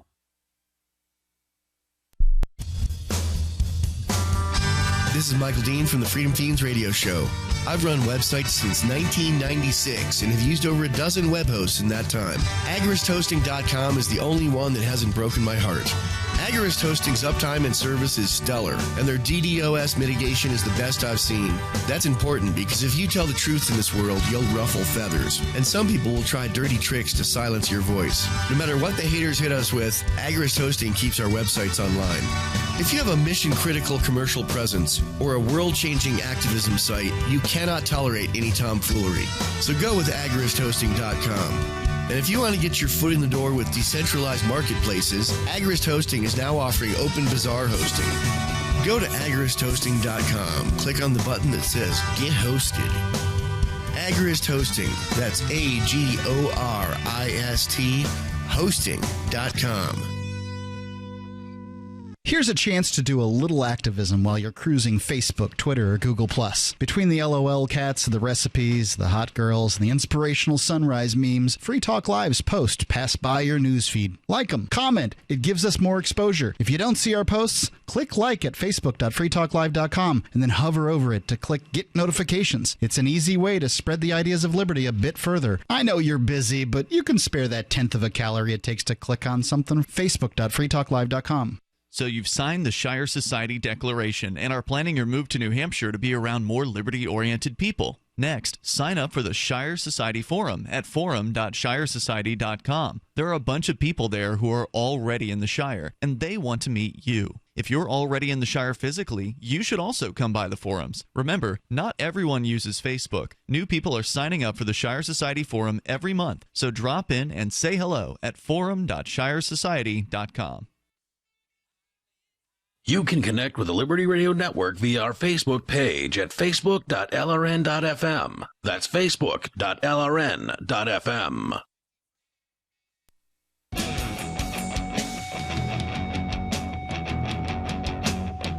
This is Free Talk Live. You can bring up anything in the remaining moments. And if you've got input into this question from a young lady, she's 22 years old, 10 weeks pregnant, moved in with her boyfriend and grandma, his grandma. Right. Apparently there's been some conflicts between her and grandma, and we're going to continue that. Also, don't forget, if you want to support Free Talk Live, please join the AMP program at amp.freetalklive.com. It's $5 a month, and you can use any major credit card via PayPal. You can use Visa, MasterCard, and Bitcoin right on our website as well. You'll get perks like access to the AMP-only call-in lines, the AMP-only Facebook group, and the AMP-only podcast. Go and get all the details and get signed up. It makes a big difference for us because that's money that we invest into the show to hopefully get on more radio stations, to bring more people on board with the ideas of freedom and liberty. So go to amp.freetalklive.com to get started there. That's ampamp.freetalklive.com. All right, so the situation here, as I understand it, Johnson, is these folks moved into a house that is owned by their parents, not grandma. Right. Grandma's been living there for a while. She's kind of eccentric, burns her trash, and does some weird stuff. Burned her mail in the furnace, smoking up the house. Apparently, this is the last thing we left off on. And grandma's not paying to live there, as I understand it. The people, the young couple, the father was paying before, and now the couple, who is the grandson, apparently is paying. The grandson and his wife are paying for the bills. Are they wife and husband? I missed that detail. Well, I believe so. The She's couple, pregnant with his child. So. Right. The couple's paying the bills, but they're not paying rent. So they have a very light burden, but they are still paying something, whereas grandma's paying nothing. Right. And there's a conflict now between the lady, the 22-year-old lady, and grandma. Yep. So let's continue. So it took 2 weeks to get her to quit lighting her cigarettes on the stove and leaving the door open while she smokes. She says to my face that my asthma isn't such a big deal, even though I take oral medication and a preventive inhaler twice a day. Oh, my. She often comes into our room late to talk to Daniel. I honestly thought all of this was something I could overcome with kindness and patience, but my pregnancy hormones are raging, and I'm afraid that bringing a child up here would be a nightmare. Daniel and his father tell me to ignore her and just do what I want, and that in time she will understand. I have lived on my own for 5 years, but Daniel has not. He has previously lived with his father, and he does not fully understand my need to have control over my home. I believe he doesn't worry about his future as much. Or about the future as much. Especially, I need to be respected in my home in order to raise a child. I try to tell Daniel that we might have to move out, but he gets upset because he wants to raise his kids in this house. It has been his dad's property for Daniel's... The sigh is in there, by the way. Yes, it is. You just made. It has been his dad's property for Daniel's entire life, but I believe feeling comfortable in my home while raising a child is essential. I need to feel at ease and free to rest. He said he wants me to be comfortable, but I have to fight him to try and get him to agree to move out if this does not get better. I can barely handle it now. Should I give it time or come to an agreement and arrangement as soon as possible? How can I avoid confrontation and meet my needs? Do you think a grown woman, grandma, is capable of changing? I don't. Signed, Who's the Boss? All right, Cody, what do you think about this? Well, I think the older you get, the more stuck in your ways you are. That's and true. I don't think grandma's going to change. Yeah. She's going to die before she changes. The thing is that they're either going to have to fix this or it's going to cause relationship problems between the two of them. Right. It's hard enough to live with anybody, but, you may be in a loving relationship with somebody else and there's a third party who is just crazy, right? Mm-hmm. And if one of them doesn't figure it out, then they're going to start fighting against each other over it. And it sounds like that's already started. It's enough for her to write this letter to look for advice. Right, he wants to stay. Right. And he's like, well, you got to figure it out with grandma. I would say in this case, the best solution, and I'm interested in hearing your input as well, Johnson, but I think the best solution is to go to the homeowner, in this case the dad, and say, look, this isn't working for me.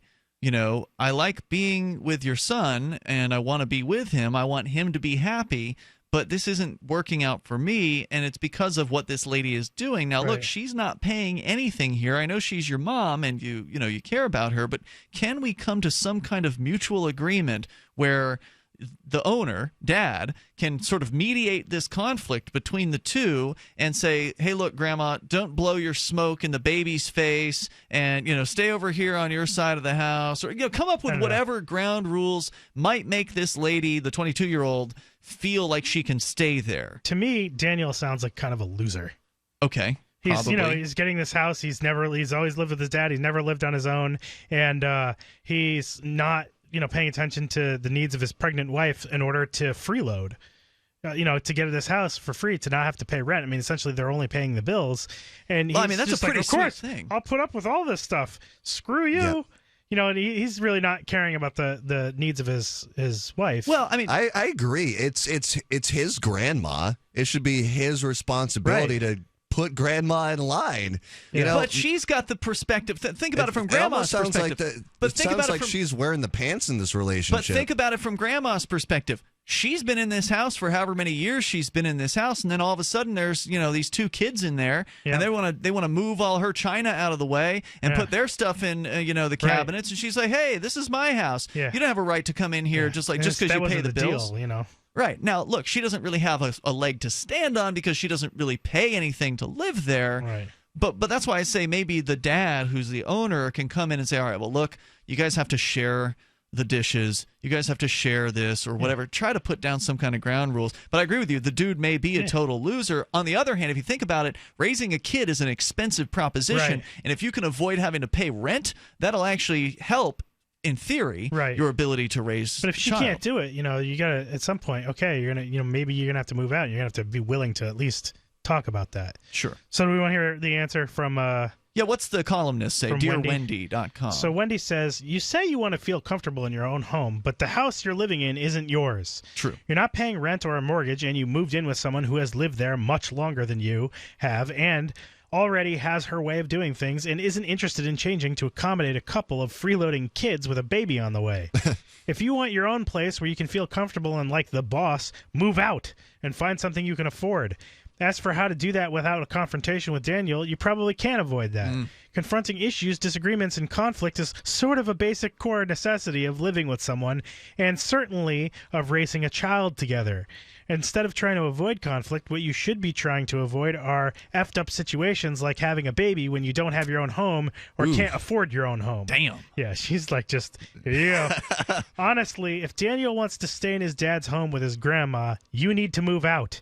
Move out whether Daniel goes or not.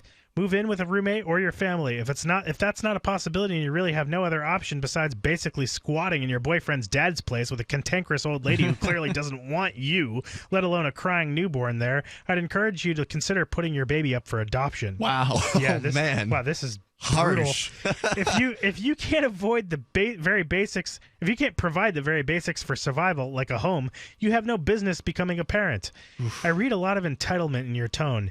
You are owed nothing. Paying utilities doesn't entitle you to rent-free, comfortable living. That's true. There's no such thing as rent-free without some strings attached. In this case, grandma's the string. Yep. The strings here are dealing with a roommate who doesn't want to share her space with you and has no intention of ever abiding by your rules, which you are not entitled to have in the first place since the house isn't yours. If you can't deal with the strings, move out. You're owed nothing here.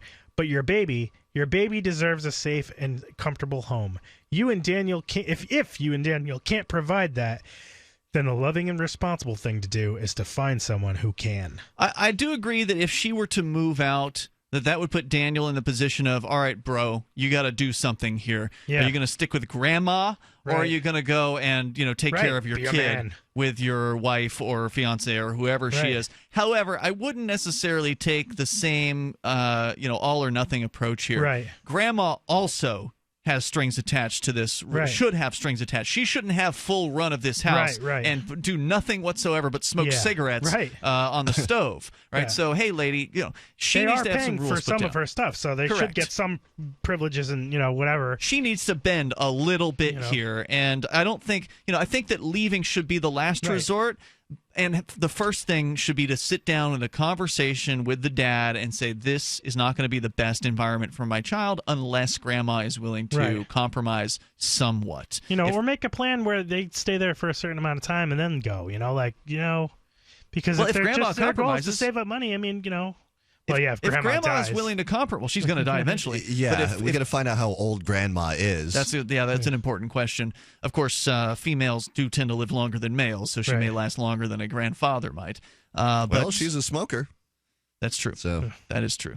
But I would say, having that conversation first would be the first step. But I think, yes, the ace up her sleeve is it's her baby. She can walk out with it. The courts are going to side with her, and Daniel will need to make a choice, a hard choice in that case. Good question, though. And will you post this or send this to? I guess I've got it here. I'll post it on our Facebook and Twitter. You can take a look because there's also comments by people of their opinions on it as well. So you can check that out. We'll see you tomorrow night online. In the meantime, join us at freetalklive.com. Join Cody over on his website, offtheairlive.com. And see you tomorrow. Angioprim can unclog blocked arteries and improve blood flow in all parts of your body. Angioprim is oral chelation. Easy, simple, liquid oral chelation. You take it with juice before breakfast and forget about it. Angioprim works fast, unlike old-fashioned chelation that takes hours. Just log on to angioprim.com. That's Angioprim, ANGIOPRIM, angioprim.com. Angioprim users say they have more energy, more strength, more endurance. Increased circulation and blood flow will make all your body parts work better. Log on to angioprim.com to get more information on how you can get started and start feeling better, having fun, and doing more again. Lots more. Talk to a trained Angioprim consultant. Call Angioprim toll-free at 877-882-7221. That's 877-882-7221. Or log on for complete information. Angioprim.com. That's Angioprim.com. Find out how Angioprim can work for you. Get the facts about Angioprim at Angioprim.com.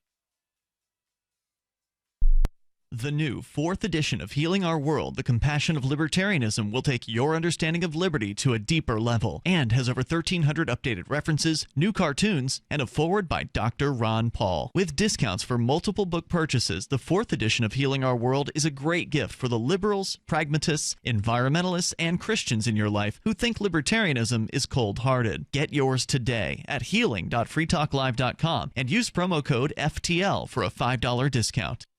So you've heard all 3 hours of the latest episode of Free Talk Live, and you're still hungry for liberty-oriented audio content? Did you know that we have another 24/7 audio stream at LRN.FM? The Liberty Radio Network airs the latest episodes of some of the best liberty-oriented podcasts on the internet around the clock. In addition to recorded content, you'll also hear live shows like Free Talk Live, originating from our Keene, New Hampshire studio. So listen anytime at LRN.FM. That's LRN.FM.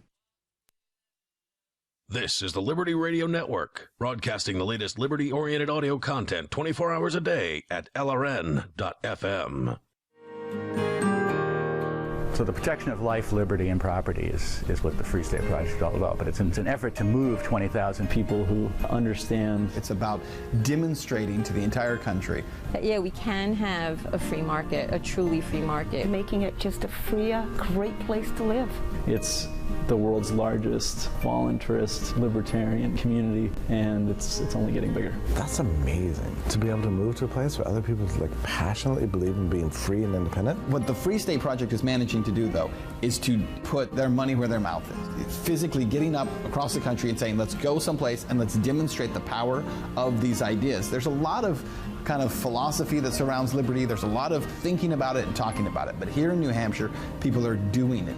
101 Reasons Liberty Lives in New Hampshire, a documentary by Free State Project early movers. Watch it free at 101reasonsfilm.com. 101reasonsfilm.com. DVD, books, music, instruments, periodicals, computers, software, electronics, photo, cell phone, office products, home and garden, bed and bath, furniture, kitchen, pet supplies, automotive, hardware, apparel, shoes, jewelry, grocery, healthcare, sports and outdoors, toys, games, used, and more. It's a department store at your fingertips. Shop.lrn.fm. Get all your shopping done, get a great deal, and a portion of your purchase goes to benefit the Liberty Radio Network when you shop at Amazon via shop.lrn.fm.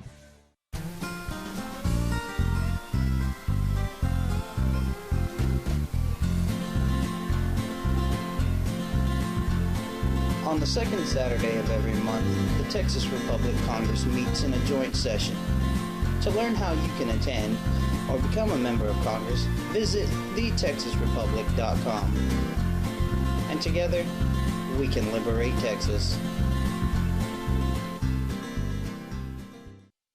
While our satellite channel is free to listen to, it's not free for us. You can help us cover our satellite costs with the chip-in on the right side of the page at lrn.fm. The latest edition of We Are Libertarians is next on the Liberty Radio Network at lrn.fm. Get more at wearelibertarians.com. Welcome to We Are Libertarians.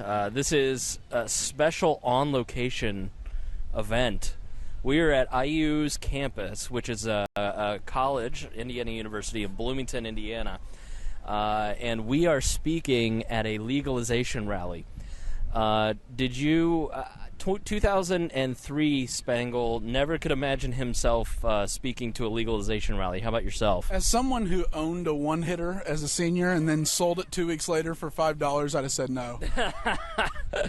And our table, we have a table here, which I didn't know, which I'm glad we do, but I would have brought something. Our table... We just assume people know who we are. Yeah, exactly. Rather presumptuous. Our table is next to the Students for a Democratic Society, which is a famous leftist group. And Greg, upon finding that out, immediately walked over to them and asked if all white lives matter. Well, yeah, and then hands up, don't shoot. And you couldn't have seen a more horrified expression if you tried. She was one of those gender Nazis. I could tell it. I could see it in her eyes, and I just looking at her assumed her gender, and she was probably pissed. These are my people. Yeah. So we're on a college campus, a very liberal college campus, one that your dad taught at, actually. He did for 39 years. He was a professor of strategy at the Kelley School of Business. Oh, okay. The more conservative wing. Yeah. So, and walking up to join the podcast here is Rupert. How you doing? I'm doing good. How are you guys? Well, you just yelled into the microphone, so my ears hurt. I'm sorry. That's all right. Never apologize. We'll talk quieter. So, you've probably spoken at legalization rallies before, haven't you? I think we might have avoided the legalization rallies when I was on the campaign trail. I might have spoke of different things to talk about with, the legalization, decriminalization, the detention center, that 40% plus are in there on pot charges. I mean, it's crazy. But this will be one of the official, real first times that I'm actually just at a legalization rally. Yeah. So I don't think I've ever been to one. And it is funny because when I became executive director in 2008, pot was something that was, and it still is, used to smear libertarian candidates. So we actively avoided it. And it wasn't until 2012 with Rupert's campaign that we actually started to open up about talking about it and embracing the issue, because from 2008 to 2012, things really changed. Yeah, it's been an interesting process to watch how it's gone to taboo, to decriminalization and the economic perspective of it, to now 52% of Americans, according to Gallup, support the legalization of marijuana, as they always should have, considering, as Rupert mentioned at the Liberty Tour event, our founding document was written on hemp paper. Right. If they would release just the information that they have back from World War I, World War II, when every engine in World War II, every engine was switched over from diesel to hemp ethanol.